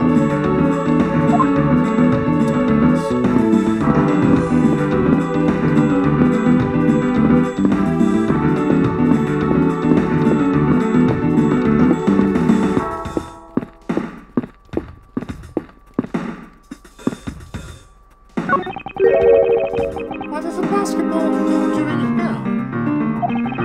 Hey, didn't this used to be just outside next to the building a long time ago? So why and when was it moved indoors? I don't remember exactly. I saw one officer dragging up here recently. Drag it? I heard that he wouldn't fit in the elevator, so the poor guy had to bring it up himself. All the way up to the 12th floor. The fuck is wrong with Seventeen? I swear. What is wrong with these people?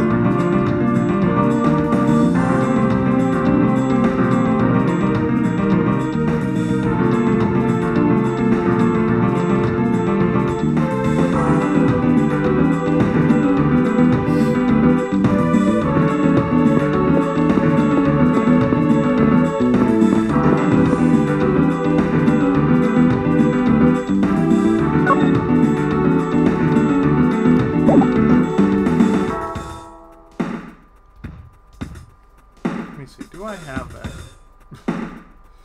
That's what I want to know. Like, wait, what? Wait, what? Yeah, how do you, it's like, okay, You cannot take something like that. I mean, look at this thing. That at least has to be a two-man team right here. You cannot just say just one guy just basically just no. That is so.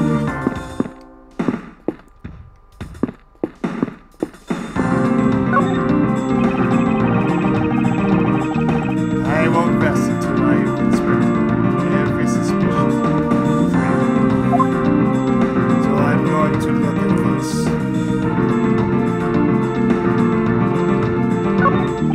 I don't see any signs of usage.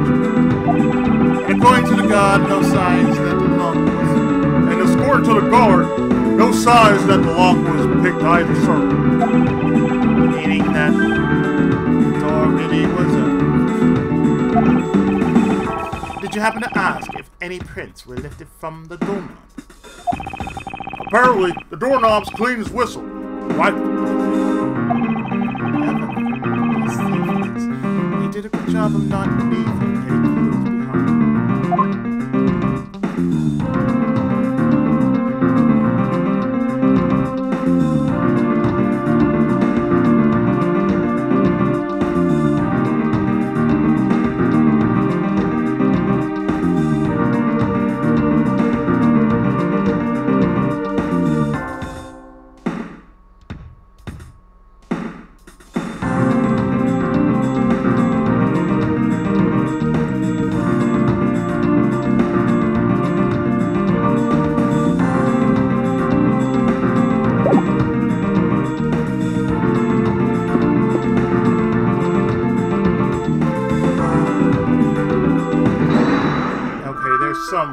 There's something we need to figure out here.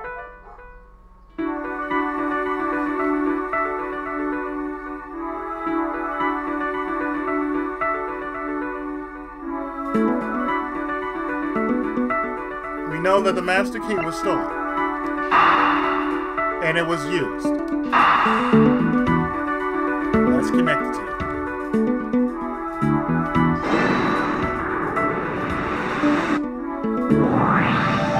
Miss Bird, I'm afraid there's a flaw in your story.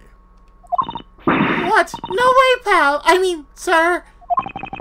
You said that you locked up Mr. Portman's office at around 1:30 a.m., correct? However, the master key had already been stolen at that time. Wow. Nothing gets by you, Mr. Edgeworth. Mitsurugi. You saw that contradiction like a pro. I had totally forgot all about that, but thanks to you, I remember it now. You're right. It was around that very time that I realized the master key was missing. And? Well, I'm a security guard, sir. I couldn't just admit to losing the master key, could I? So I pretended to lock up his room, sir. You pretended? Yeah, I used my house key and made it look like I was locking up, sir. So in actuality, you never did relock the door then?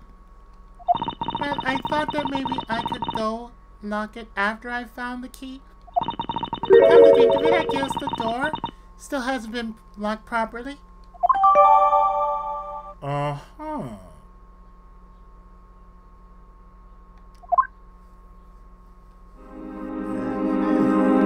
So now, it's Max.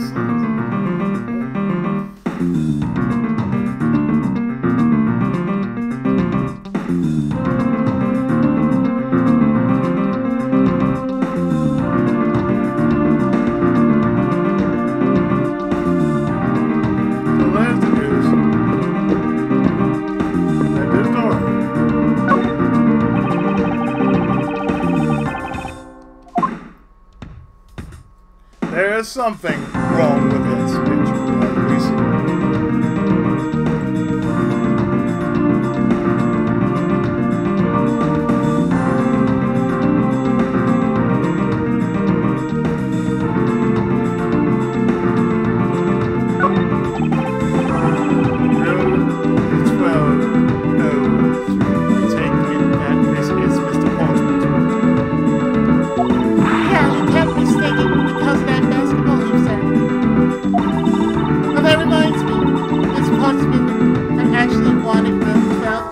really badly. But since you were already occupying it, Mr. Edgeworth, we put him next door, sir. So why was Mr. Portsman so peculiar? Yeah. So why was Mr. Portsman so particular? So why was Mr. Portsman so particular about getting room 1202? I'm not sure, but I bet it's because of something. Like his birthday is December 2nd. Well, that's gotta be it. I can't think of another reason why.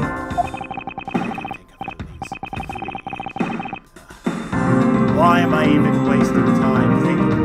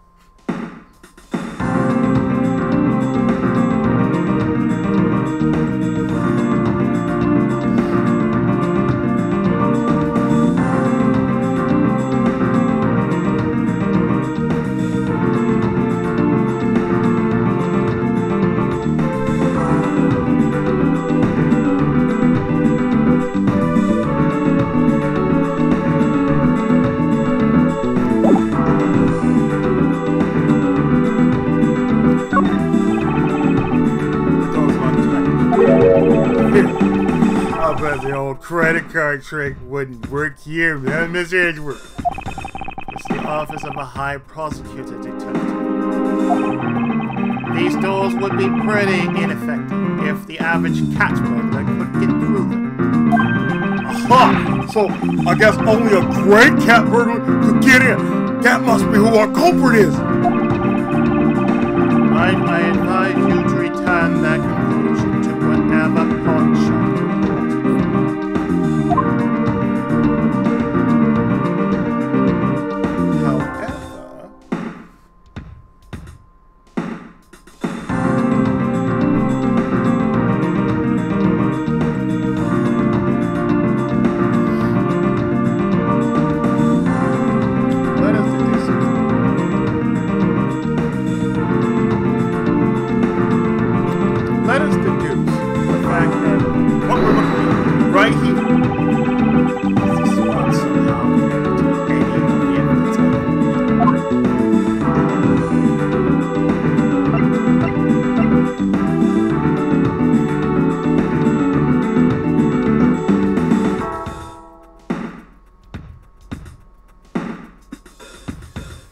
This right here actually makes sense. There's a contradiction here between reality and the evidence. If what Miss Bird has said is true, then why is this door locked tight? Well, you know, you're right. Miss Bird, are you sure you didn't relock this door? I am certain of it, sir. And I don't think Mr. Portsman noticed it himself that I hadn't. Which means what, sir? It either means... Oh, I am so sorry for you. Oh, I am so sorry that you went to war with your Eureka vacuum. I feel so sorry. My sister can use the vacuum we have here so much better than I can. And I'm a tall motherfucker. Oh, oh. That's why I get a dustbuster. For me, I personally like using a dustbuster. It either means that he actually does have the key to his office. Yes, it is. And is also placed in Final Fantasy III. Or that the door Miss Bird opened wasn't this one at all, but a completely different one. She opened a different door? But how can you prove that? There's an easy way to find out. All we need to do is... we need to examine one of these.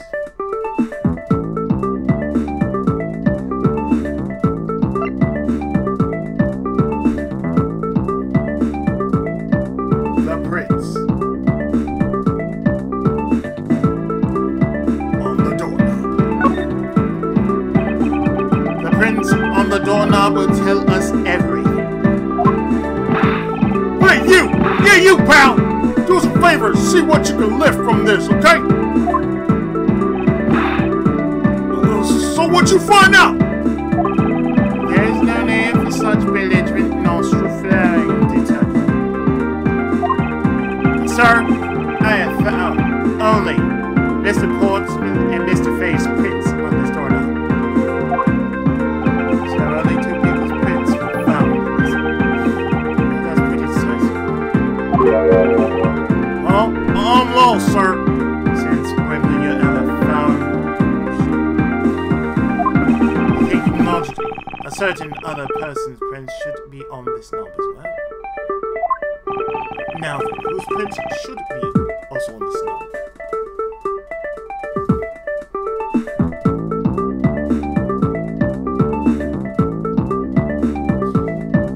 Oh, Maggie, shouldn't yours be here too? Gamma should know her from when she was an officer. She now works as nighttime security. Take that! Don't you find it odd that the prints of the person will not this door opens? You mean, yes, the door that Miss Bird opened could not have been this one.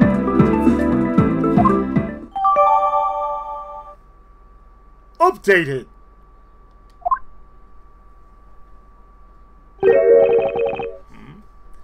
What have we here? I won't rest until I've inspected every suspicious-looking nook and cranny.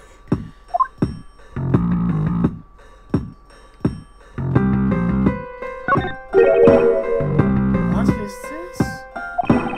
Looks like a scrap of paper. I'll get it, sir. Let's see. Let's see. Oh, there's something written on it. I brought 3 pieces of evidence. Just like we talked about on the phone. It looks like you're on. I'll catch up to you later. It looks like a note from the victim.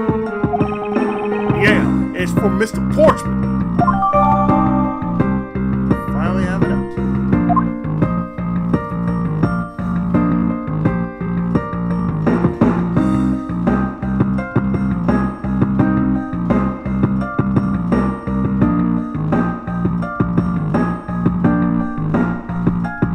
And of course, this right here. What is this? What are you looking at? Oh, hey! How about a game? That's okay, detective.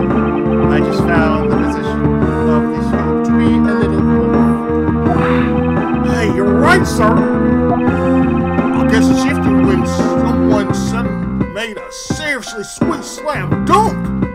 The positioning of the hoop is definitely unnatural. I better take note of this. About that basketball hoop. He was taking it to the hoop. He was playing basketball.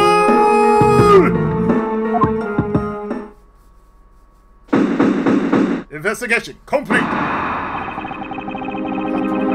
hoop has actually paid off quite handsomely.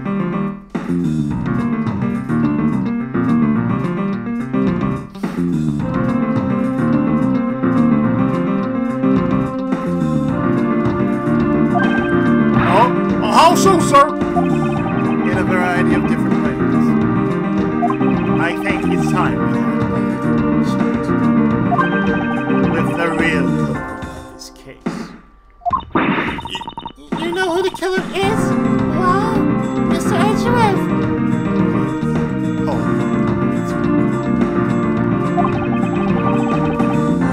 As long as my logic is sound, then yes.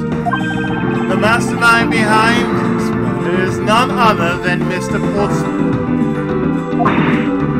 What? Mr. Portsmouth? I knew it!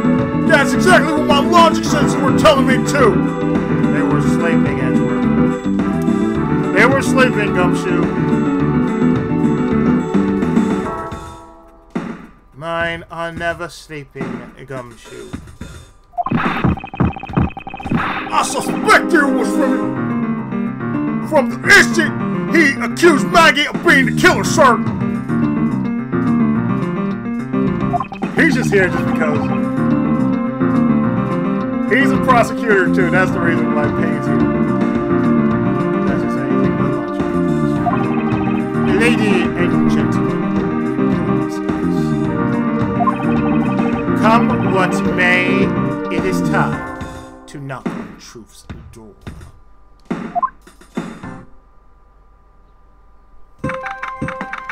March 14, 5:12 a.m. Room 1202 in the High Prosecutor's office. Mr. Portsmouth, I finished Mr. Portsmouth, I finished processing the playlet, sir. Alright, let me check again. It's positive. Okay, looking good. You then, take the kids. What the fuck? Well, if it isn't Detective Gumshoe. End of the line for you, Portsmouth! We got you now!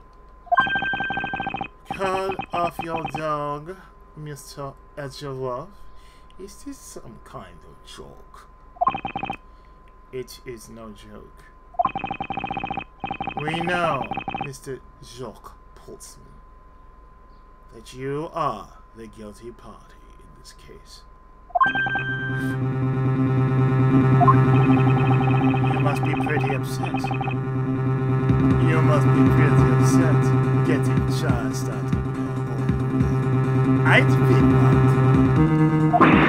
So I guess you could say, if you promise to stay out of my way, you intend to hide your crime under the guise of a prosecutor doing so. I can see right through the unsightly paper-thin mask you wear, public cow. You are not Batman! Who would have ever thought it would come to this? Actually, because you think of it, your mentor was Manfred von Karno.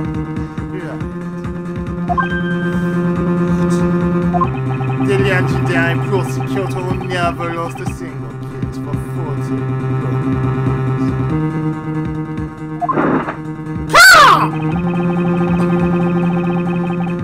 But there was always this incessant chatter about false evidence.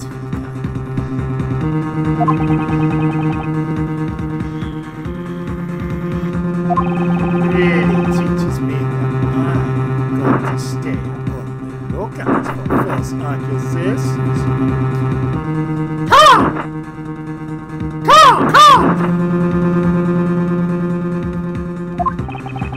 Are you done trying to play mind games with me? Because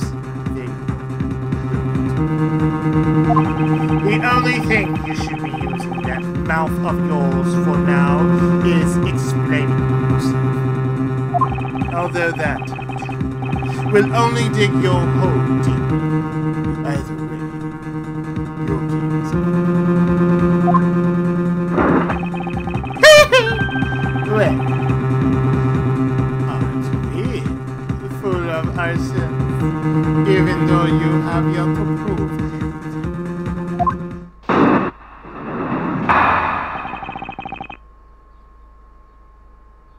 Rebuttal? I have no idea what sort of brain idea you have in mind, but there is a mountain of evidence that points away from me being the culprit.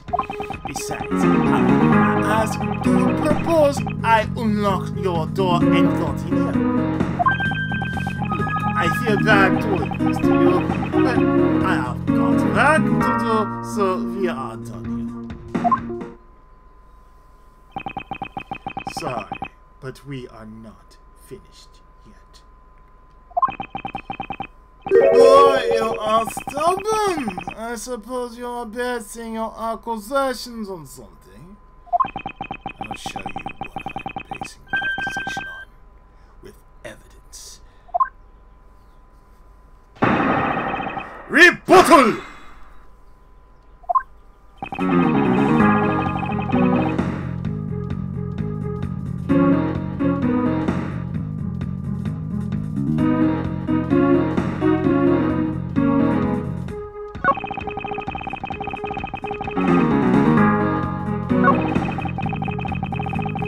So, what we're supposed to stop is right here.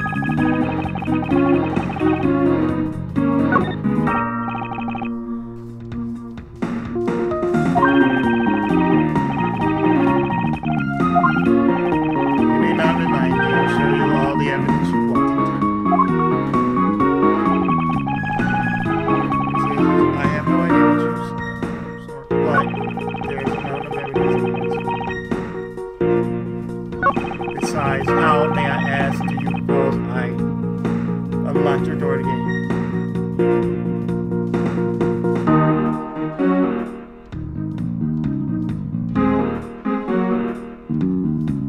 Sir, I gotta ask something. Hold it! Unfortunately, I believe I have already shown how earlier. Your speculations mean nothing, as I still insist that I will not gain access to you. What should I do now? Should I raise an objection? Igiari! You claim to have had no way to open my door. However, is that really the honest truth? Alright, I will hold your mayo. Go ahead, shoot! Very well. I propose that you use this to open my door.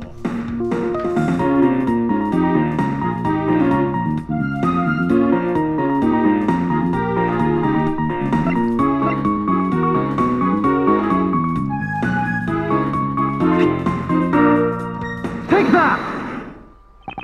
I believe you were able to open my office door with the master key, no less. Objection! Wait, hold on for a sec. I never laid a finger on the key, as you already know. Precisely. You were able to open my door without lifting a single finger. Well, maybe you did, but only to direct. That's right. You used your finger to direct this person to open my door. Nege Bird. Take that! You had asked Miss Bird to open your own office door for you, yes? Yeah, I couldn't forget my key at home. Happened to be too often on my days. But the room you had Miss Bird open at the time was not your own, was it? What? You are quite nice. But what? Not we ask? They go officer? Was not your officer? I'm certain that it was Mr. Puppet's door, sir. I checked the number plate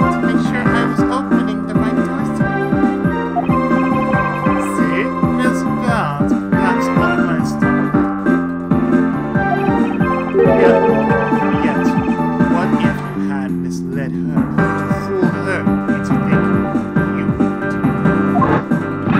Ha! And although you suppose I did that by switching the number plates on all doors for that's right, they do slide off pretty easily. Furthermore, you then use one other thing to give a very strong impression that the door she was opening was yours and not, in fact, mine. Was that... What was it that Mr. Porter used to make on his birthday? It was his...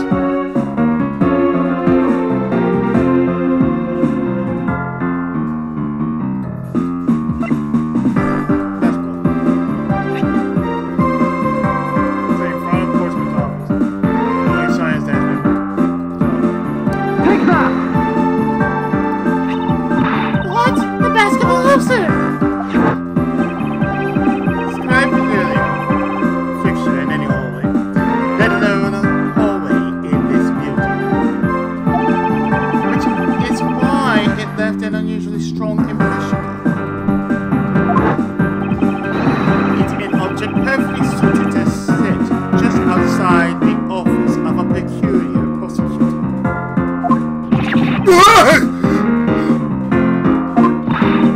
That's very true, sir. Because there was a basketball hoop sitting there. I thought the door I was opening had to be Mr. Portsman. There are signs that the hoop has moved. To sit it in front of my office to be sure. Let's see. You sort that out, you throw suspicion. Thanks for the tip. Tip off! But I think your conjecture is a little off the racetrack. Conjecture's rebuttal. Now you're just spouting nonsense. I had to go open my office door. After that, I was in my room the entire time. You don't have a single reason to suspect me. So he intends to claim his innocence to the end, does he?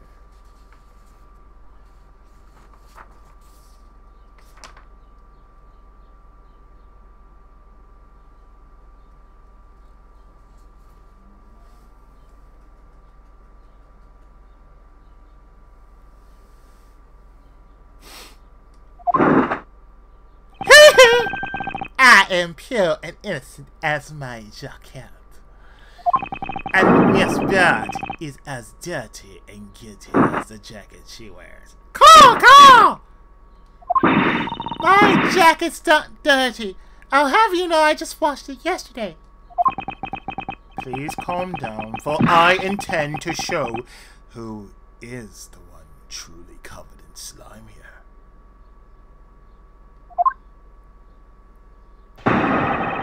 Rebuttal!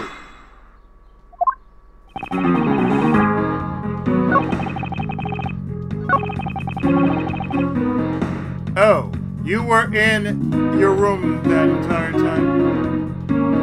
So, I beg to differ. You see, what I know to be true is...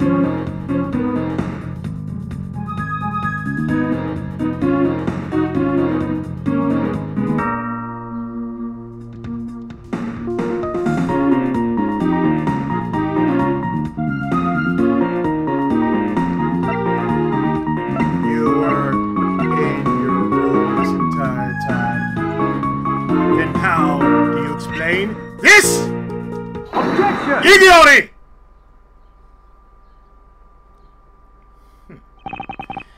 That was a lie. What are you talking about? How is that a lie? This is a note that the victim left for you, Mr. Portsman. A note. It was left under your door. Or did you not notice? And right here it says, but you're out. You were not in your room when the victim came to call on you. So then where were you and what were you doing? Duh! Shall I explain it in full detail for you? You were busy snooping around in my room, the very room you had Miss Bird open for you. Objection! That's just nonsense! You have no evidence that I meant to go open your door for me. I have very decisive evidence. No way! This is proof positive that you had Miss Bird open the door for you.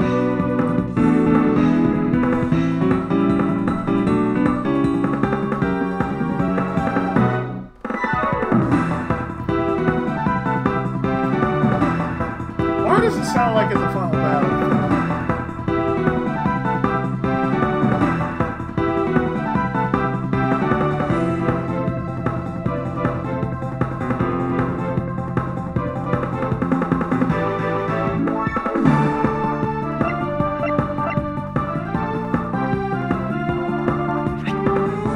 This, right here. Take that! I had your door dusted for fingerprints. My door? What for? Come on, I bet you didn't find anything. You sure are good at that time.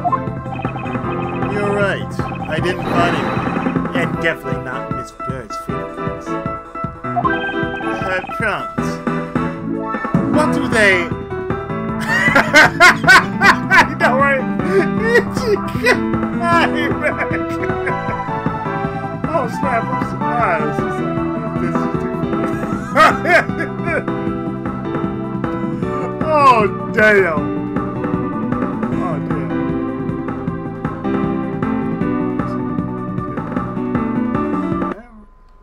No, did it? No, I didn't. Damn. Damn. Damn. No. I need to fix it. Oh god, this is getting stupid. This is getting stupid. Oh god, this is getting so funny.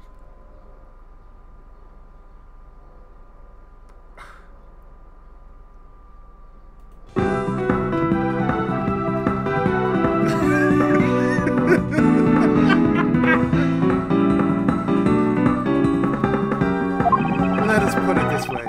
If she really was the one who Then her prints should naturally be on the doorknob she touched.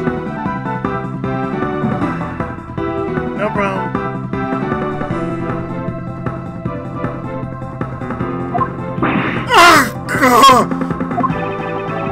Furthermore, all of the prints on my office doorknob have been wiped clean off. I can only assume it is because Miss Bird's fingerprints were on it. Don't you think it's time you gave up your charade? We know you stole into my office with the intent of stealing something from me. And Detective Faith found you out. Possibly because he heard sounds coming from a room whose occupant was on leave.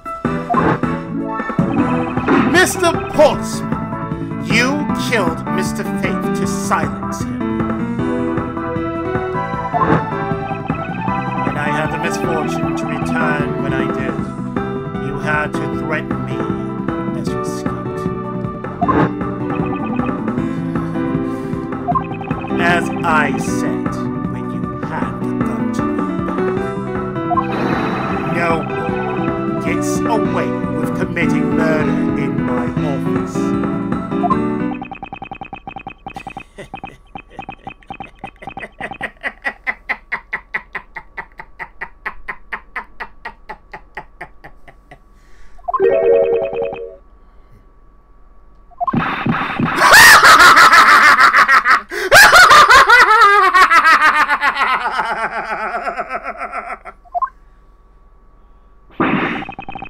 And just what's so funny, pal? Well, that look of stiff seriousness on the face of this officer's finest prosecutor. As he makes a huge mistake in accusing me simply too much to bear. There's just nothing else like it in the world. What? Mr. Edgeworth just explained it all, and he even backed it up. You're the murderer. Stop trying to be slippery and just admit to the crime already. It's also circumstantial, so full of conjecture. Come! You say you checked my toilets. Well, you really confess.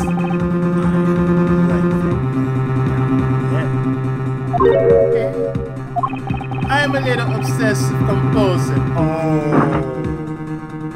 Oh, you ass! I'm a little obsessive compulsive.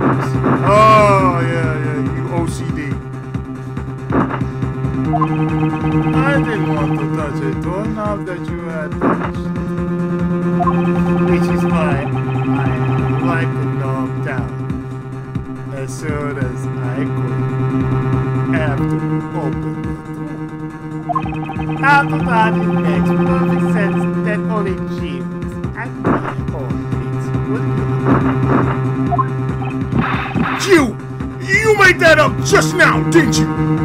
Furthermore, as for the no chimney for me, do you know exactly what that was? You could have left it there before I arrived at the office. Like early evening, for example. Are you saying you failed to know something? Even geniuses fall at times. Come! I was probably too preoccupied by working in matters, although that's not skills. Man, that's just a flat-out lie. There's no way you didn't notice a note that size. But you can't prove that, can you? Come!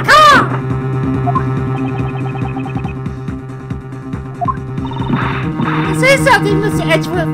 Back me up here.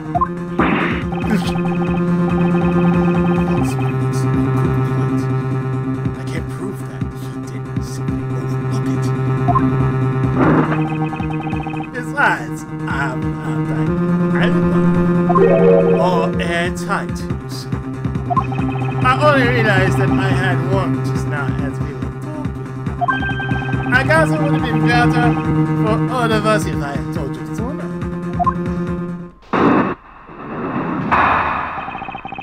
Alibi.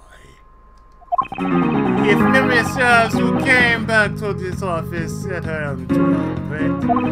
I understand that you had that unfortunate confrontation and confront with the culprit. But at exactly that time, I was doing criminal affairs. Ask around. I'm sure the other detectives will corroborate my story. It's the perfect alibi. Do you really think it's that perfect? Like I said, I don't care. Ask around all you like. You'll see it for yourself. That I am a douchebag. N'est-ce pas? Nearly knocked over my drink. I did. Be me.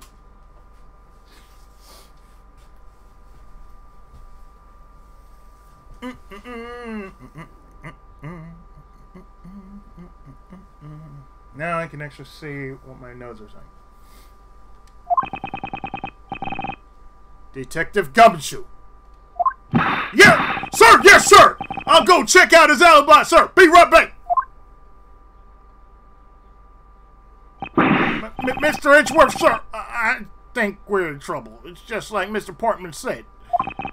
The guys down in Criminal Affairs said they saw him around 2 a.m. You'll see. All of the evidence. All the evidence points to him being the culprit. There must be a contradictory point in his alibi somewhere. That's when they base the balls all day. Base the balls? Gumshoe, what the fuck are you talking about? Base the ball? That's where they base the balls with hands, right? Base the balls. Rebuttal! Ass.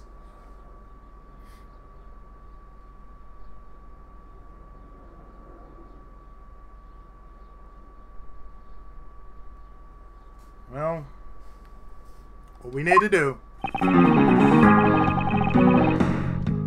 press everything. Hold it! You are correct. It was round 2. Are you sure? It's really important to me that you are spot on with your time. Oh God. I remember checking my watch. And make no mistake, it was 2. Ooh, giving testimony like a pro. Okay, so you came back to your office at 2.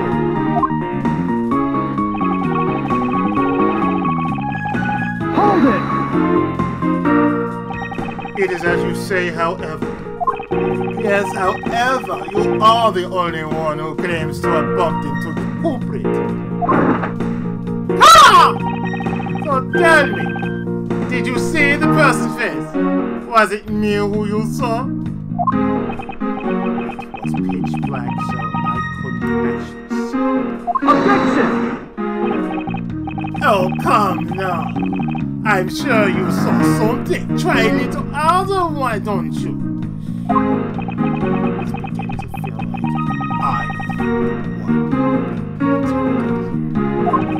Oh, then, it doesn't matter if you remember. Ha! Ha! Ha! It matters. Only that you ran into the culprit.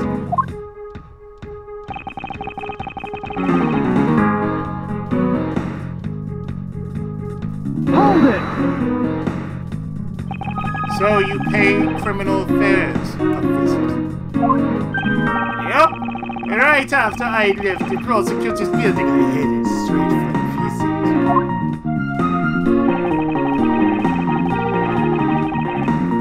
Hold it! Well, we did go and ask around to confirm your testimony.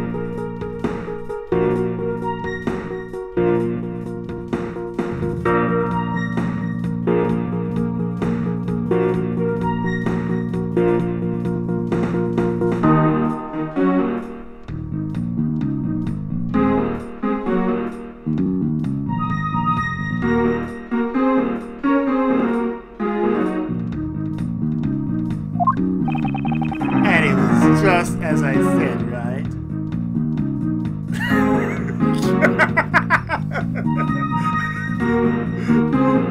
I saw a man.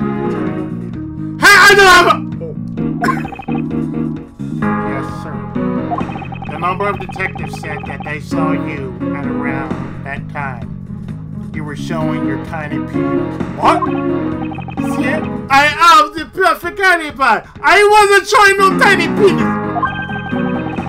Yes, yes, I had up my sleeve. Impossible. He actually does have the perfect alibi. What is wrong? Why the sudden look on your face?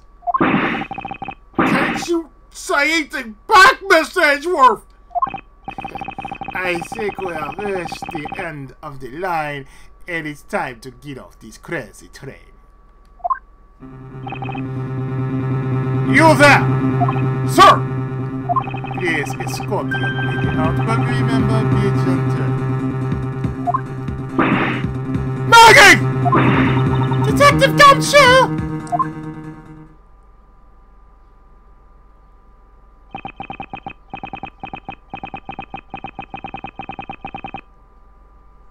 Vagina! Dick!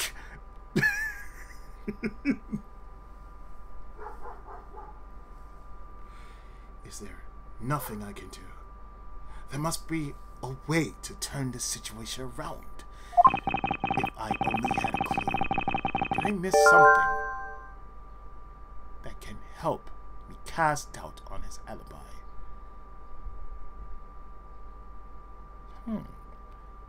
The intruder I met could not have been Portsmouth. Then who could have been? Logic! I need to calmly think this through one more time, and with logic!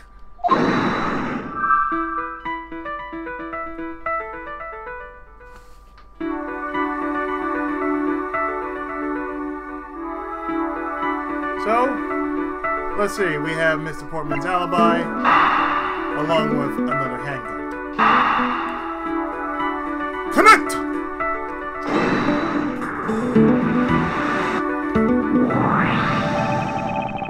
There were 2 bullets left at the scene of the crime.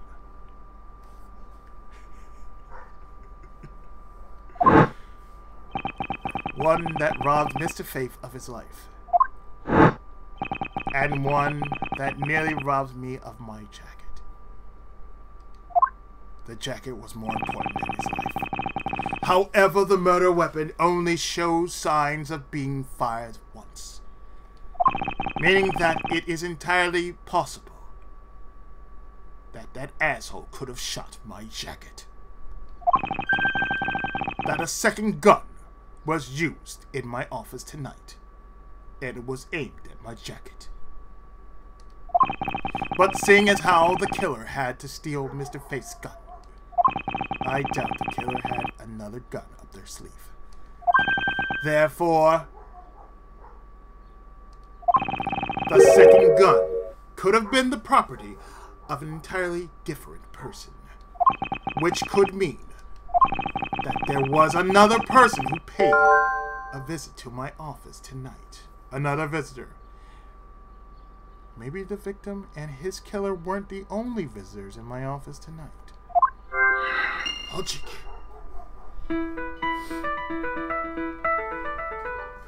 So that only means one thing. There was another visitor with my files in disarray.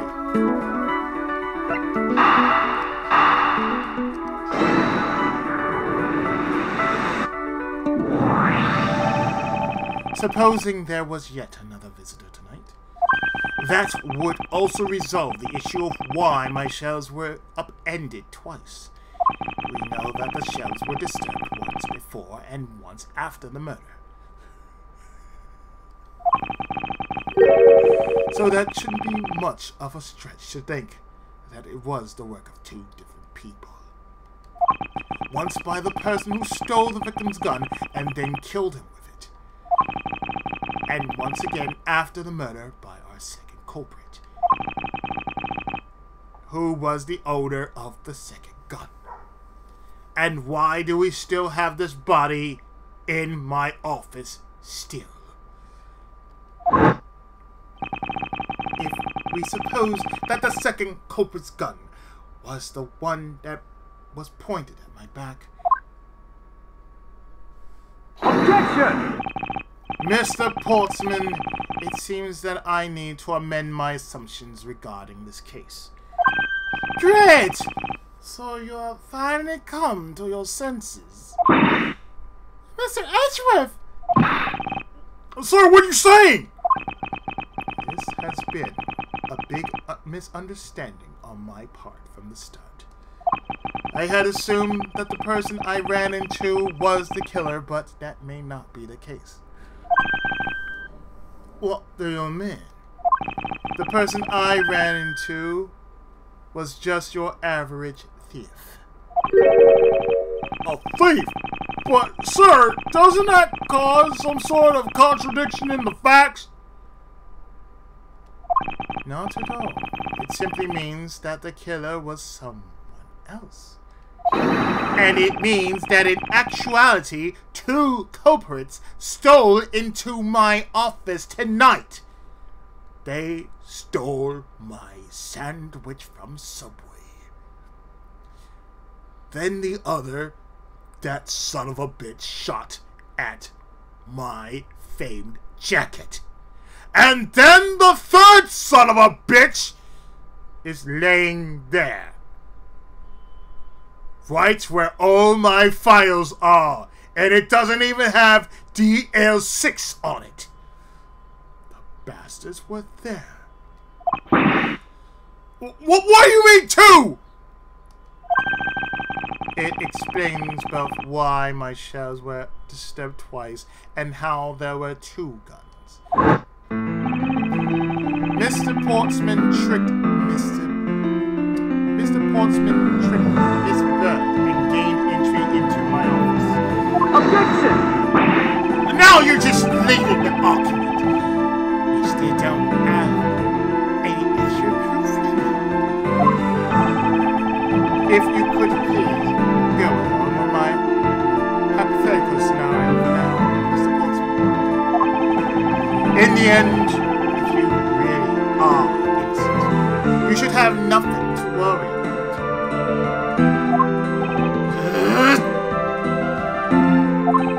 Now then, returning to my scenario, Mr. Portsman was out to steal something from me. My prize sandwich from Subway. Which is why he checked my secret safe and ransacked my shelves. This is the first time. So then, this would be when the files were put back in the wrong order, right? And then just when he was about to look somewhere else. Who should walk in but his own partner, Mr. Faith? But why did Mr. Faith come into your room, sir? Probably had business with Mr. Portsman, which is why he was here.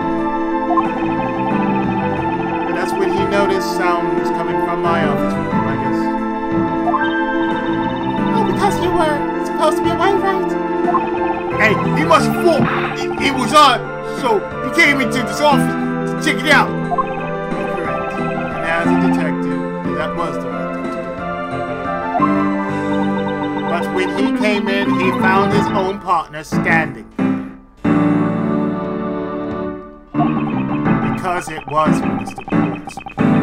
Mr. Faith probably let his guard down.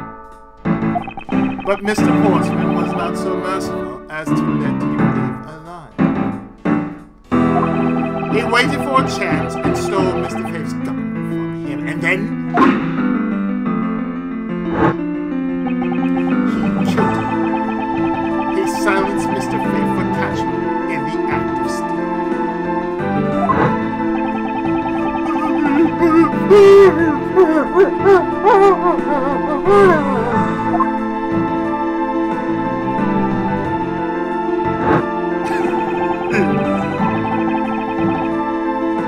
Mr. Faith was now known as Mr. Ball. This was the moment in which the first shot was fired.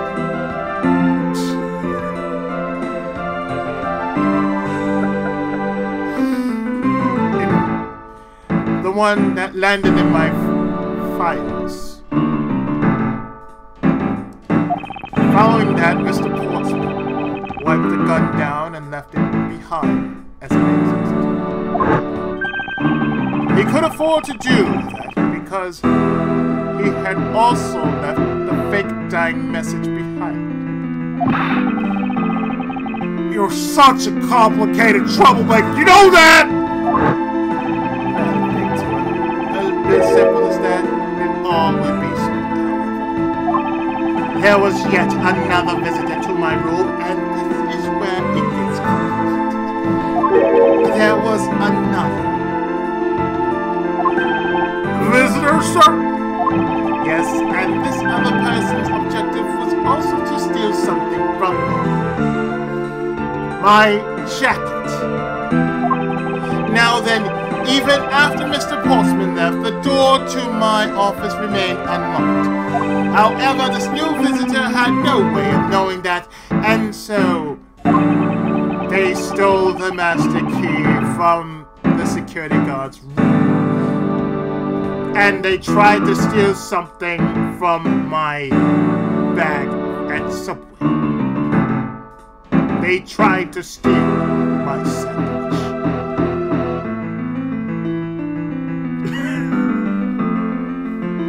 They tried to also steal my Illudium Q-36 explosive space modulator. And then entered my room and searched through my shelves. This was the second time they were disturbed, and it seemed that the thief found them.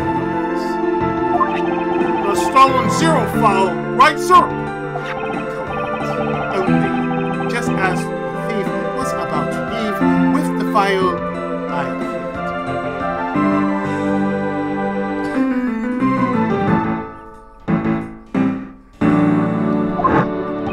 The thief then threatened me with a gun and made their escape. The second bullet was fired during their brief encounter.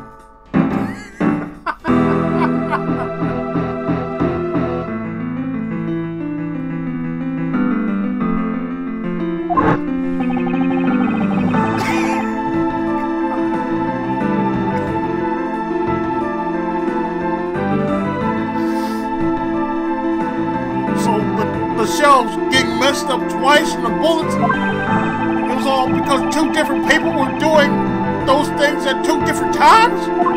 Precisely. So now do you see, Mr. Policeman? The person I met was just a thief, and was not, in fact, Mr. Face Killer. Your alibi for the time frame in which I ran into the other person is now irrelevant. Because we now know that the murder took place during the first culprit's visit. Objection! What the fuck?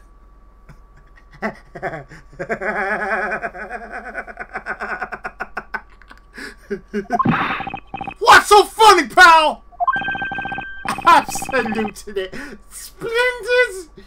Your scenario explains everything. Of course it does! It's Mr. Edgeworth after all! But you know, it still doesn't change the fact that it's all circumstantial. Supposing if, and that's a big if, your feelings it would indeed render my alibi, which has withstood scrutiny much irrelevant. Come!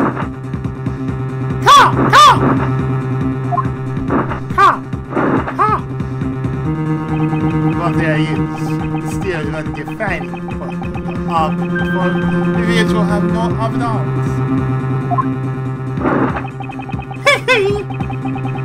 Your supposition that I was your first visitor. Miss Edgeworth! You can't let him get away with that, sir! Has a point. I have absolutely no proof. Don't say that, sir. I don't believe this! Don't worry, Maggie! I'll do something I must!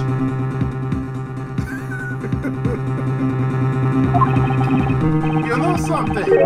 I find your attitude to be somewhat peculiar, Mr. Edgeworth. If the person you met really was just a little if, then why is that person not your main suspect? That is, if your theory is correct.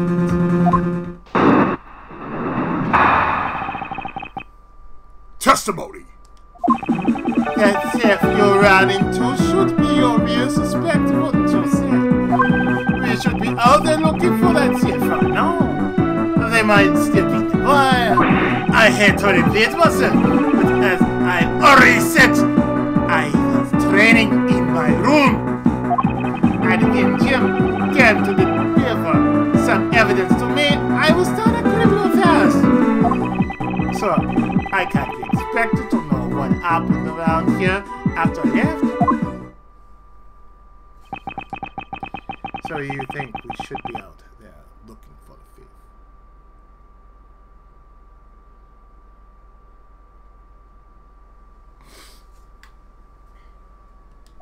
Of course, now isn't the time to.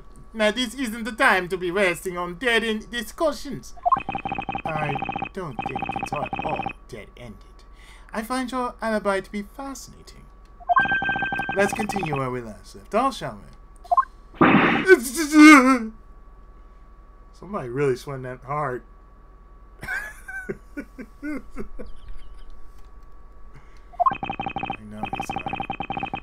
I know he was here at the scene of the crime. I just have to find a way to prove it. Rebuttal!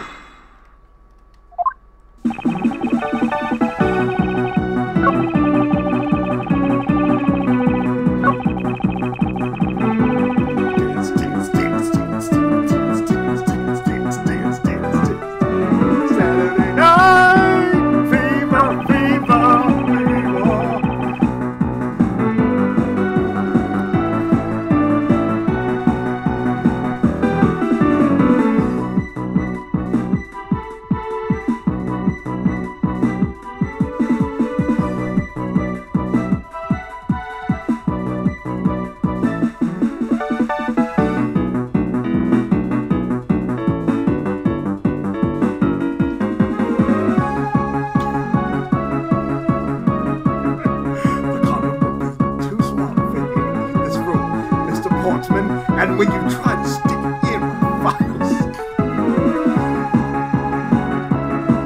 Hold it!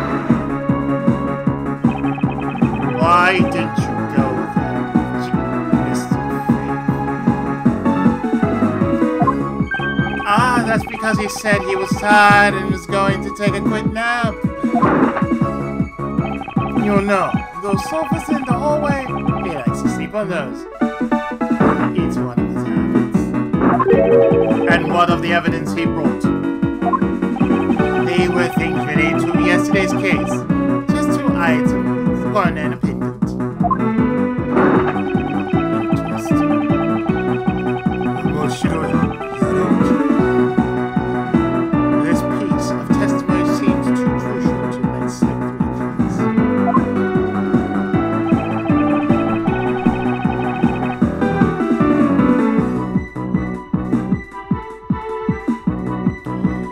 So, are you saying, sir,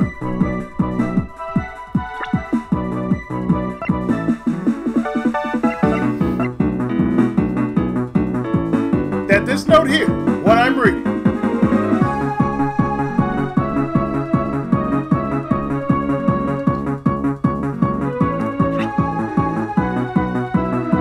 you're guilty! Only 2 pieces. I believe the proper phrase here is, you Fail.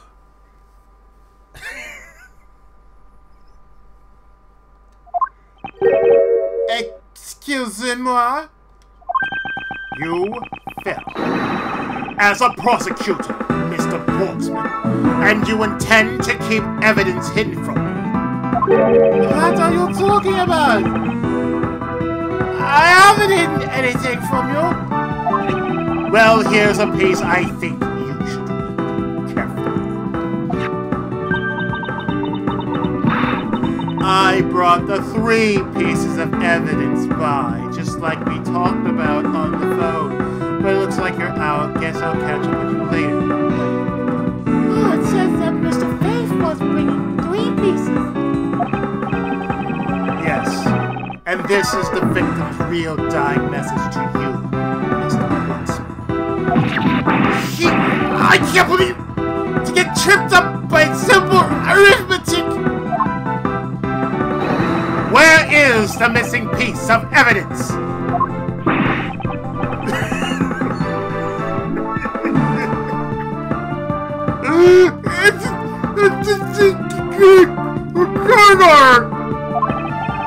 You have it, don't you? Only the guilty would make such a face. Detective Gumshoe! You know what I'm saying, sir? I'll pat the guy down from head to toe! Good lord.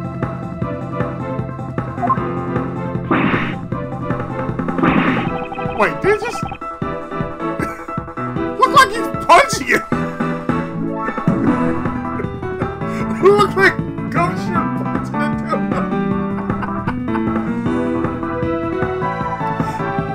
back. He's like, gumshoe punch. Don't come, Daddy dear. I'll warn you.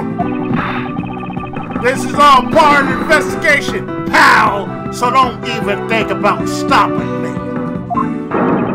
No!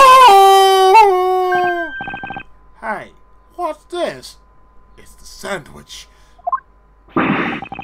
He had this on him, sir. A porno tape. Despite what you said, it would appear that you do have something. But why would he hide something like that?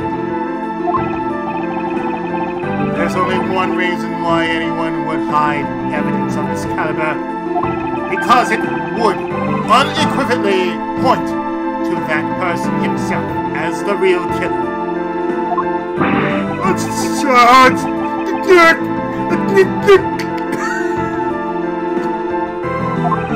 Let's examine this videotape in a little more detail. For the section of the tape that will drive the last nail into his coffin.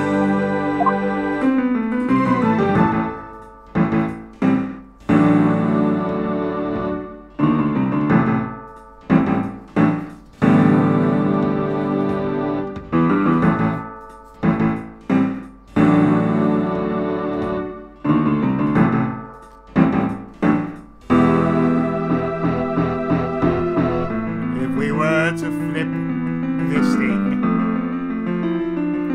a little more. Bam!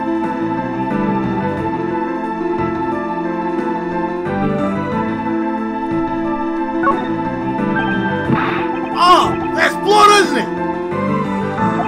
Yes, and I believe this is what the good prosecutor was trying to hide from us.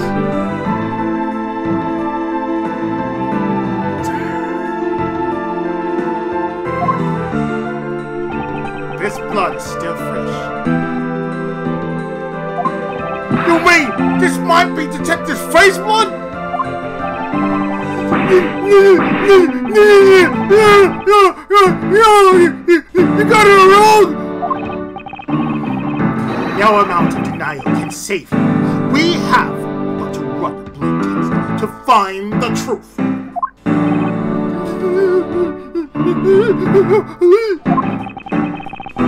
You told us that you had received evidence from the victim earlier. Now you will tell us when and how did the victim's blood find its way onto this video? Yeah, it's totally suspicious. Was it at the moment of his death? Did Detective Faith have this videotape on his personage when you killed him? You know it very well! There's no way to prove that! Not even if we were to examine this tape for fingerprints. If I had to take a guess, I'd say that the only ones on here would belong to the murderous you and Mr. Faith. No!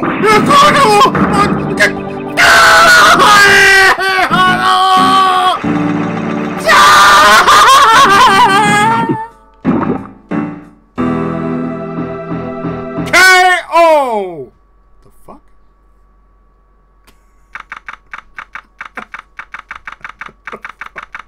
Not in the fuck.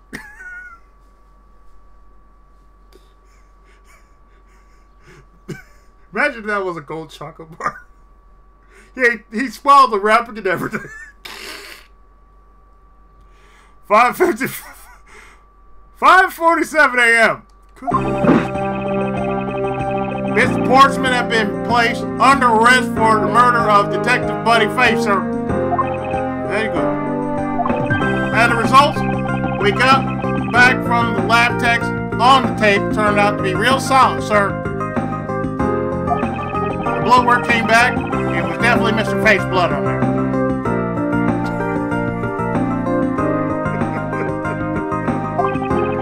There's a bonus. They were also able to lift a a few of Mr. Fate's fingerprints as well. Thank you so very much, Mr. Edgeworth. No problem. I still can't believe I got to see your cool detection skills outside the courtroom. I'm impressed beyond words, sir. It was nothing. I agree. It was nothing. I'm just sorry you got caught up in the murder in my office. And we finally got that nasty smell out of my office. Please accept my apologies. What? That's not really. Compared to what I've been through, I mean... In 3 cases before, yes.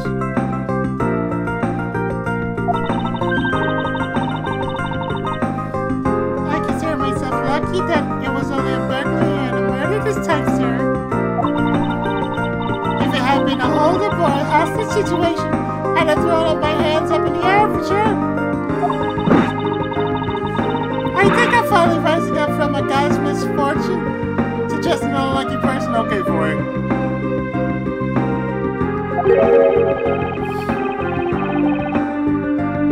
Something tells me we should have hired a different person for security. You know something, sir? That Mr. Portsman really want a corrupt prosecutor. And why would you say he was corrupt? Well, I heard that there were a number of suspicious things related to his court cases.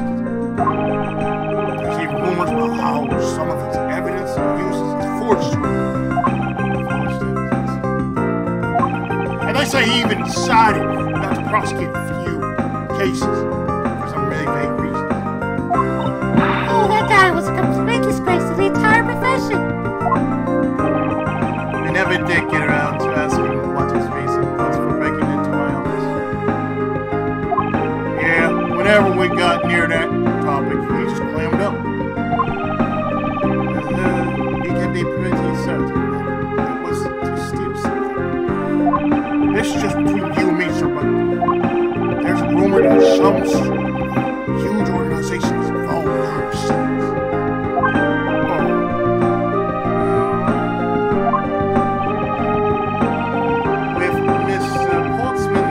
To divulge anything, it certainly lends credence to that rumor. It would seem that we haven't heard the last of this. Huh? Then Mr. Portsman isn't a bad guy? I did not say that. Rather, there are still more mysteries for us to solve. For example, we still haven't figured out the significance to this piece of evidence,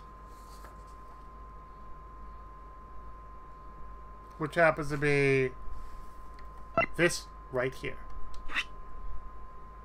Pages pertaining to a case tried 10 years ago by my predecessor are missing.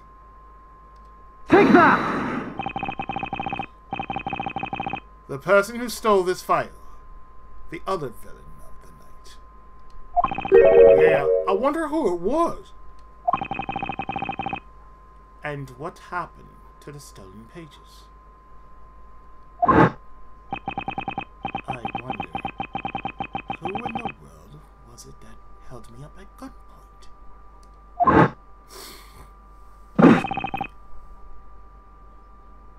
Mitsurugi-san, sir! Yes. I came across this while I was processing your officer. This card. What is it, sir? Is that a bird or something on there? It's not just any bird. It is the mark of the raven. A 3-legged raven. Even you should know what this. Even you should know what this is, detective. Oh, it's about that thing, isn't it? That great thief everyone's talking about.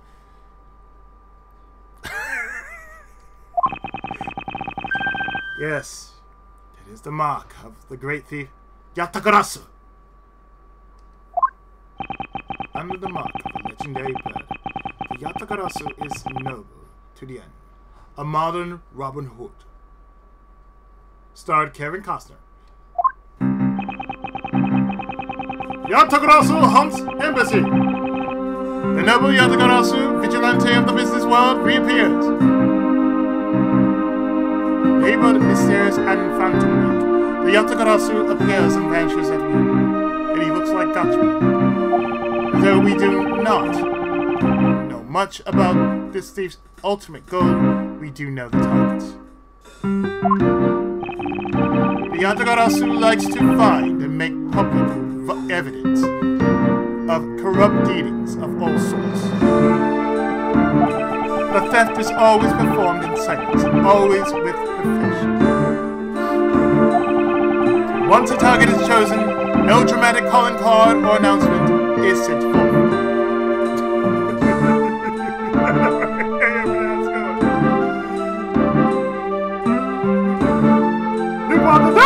Oh wait, no it isn't. Instead, the chosen corporation is infiltrated without even the target noticing. Also, it's Oscar. Or OCP. Some days later, the evidence that was found is sent out to the mass media. First, it goes to Facebook, then it goes to Twitter, and then after that, it goes to LinkedIn. And then afterwards, it goes to YouTube.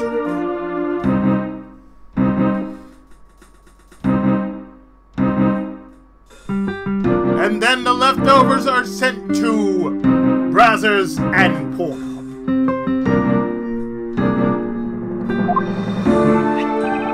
Along with this single card.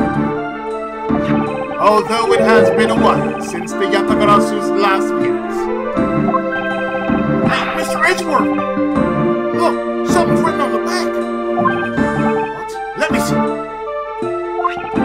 It's the location of where the thief put the stolen file. So the person who stole the contents of the file was the Yatakarasu.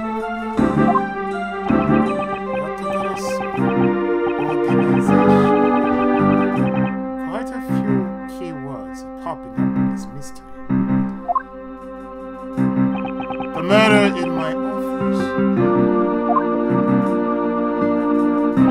The return of the great thief, Yatakarasu. Looking back, I cannot say I didn't see these events coming. For they were heralded by the incidents that began to occur 2 days ago.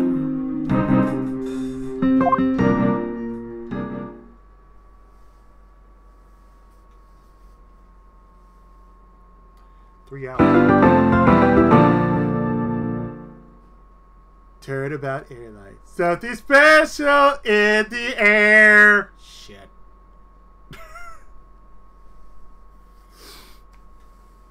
Well, I don't know about you, but after 3 hours, I think we spent enough time going through one case.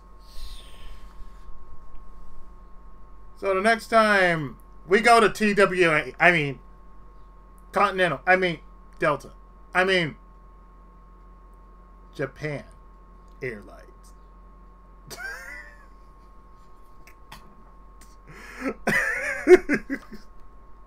I'd like to take you. Oh my god, what I'm reading here. So, next time, we're going to be doing case number 2 Turnabout Airlines. There's something fishy in the air. So, thanks for coming out, and I'll see you next time.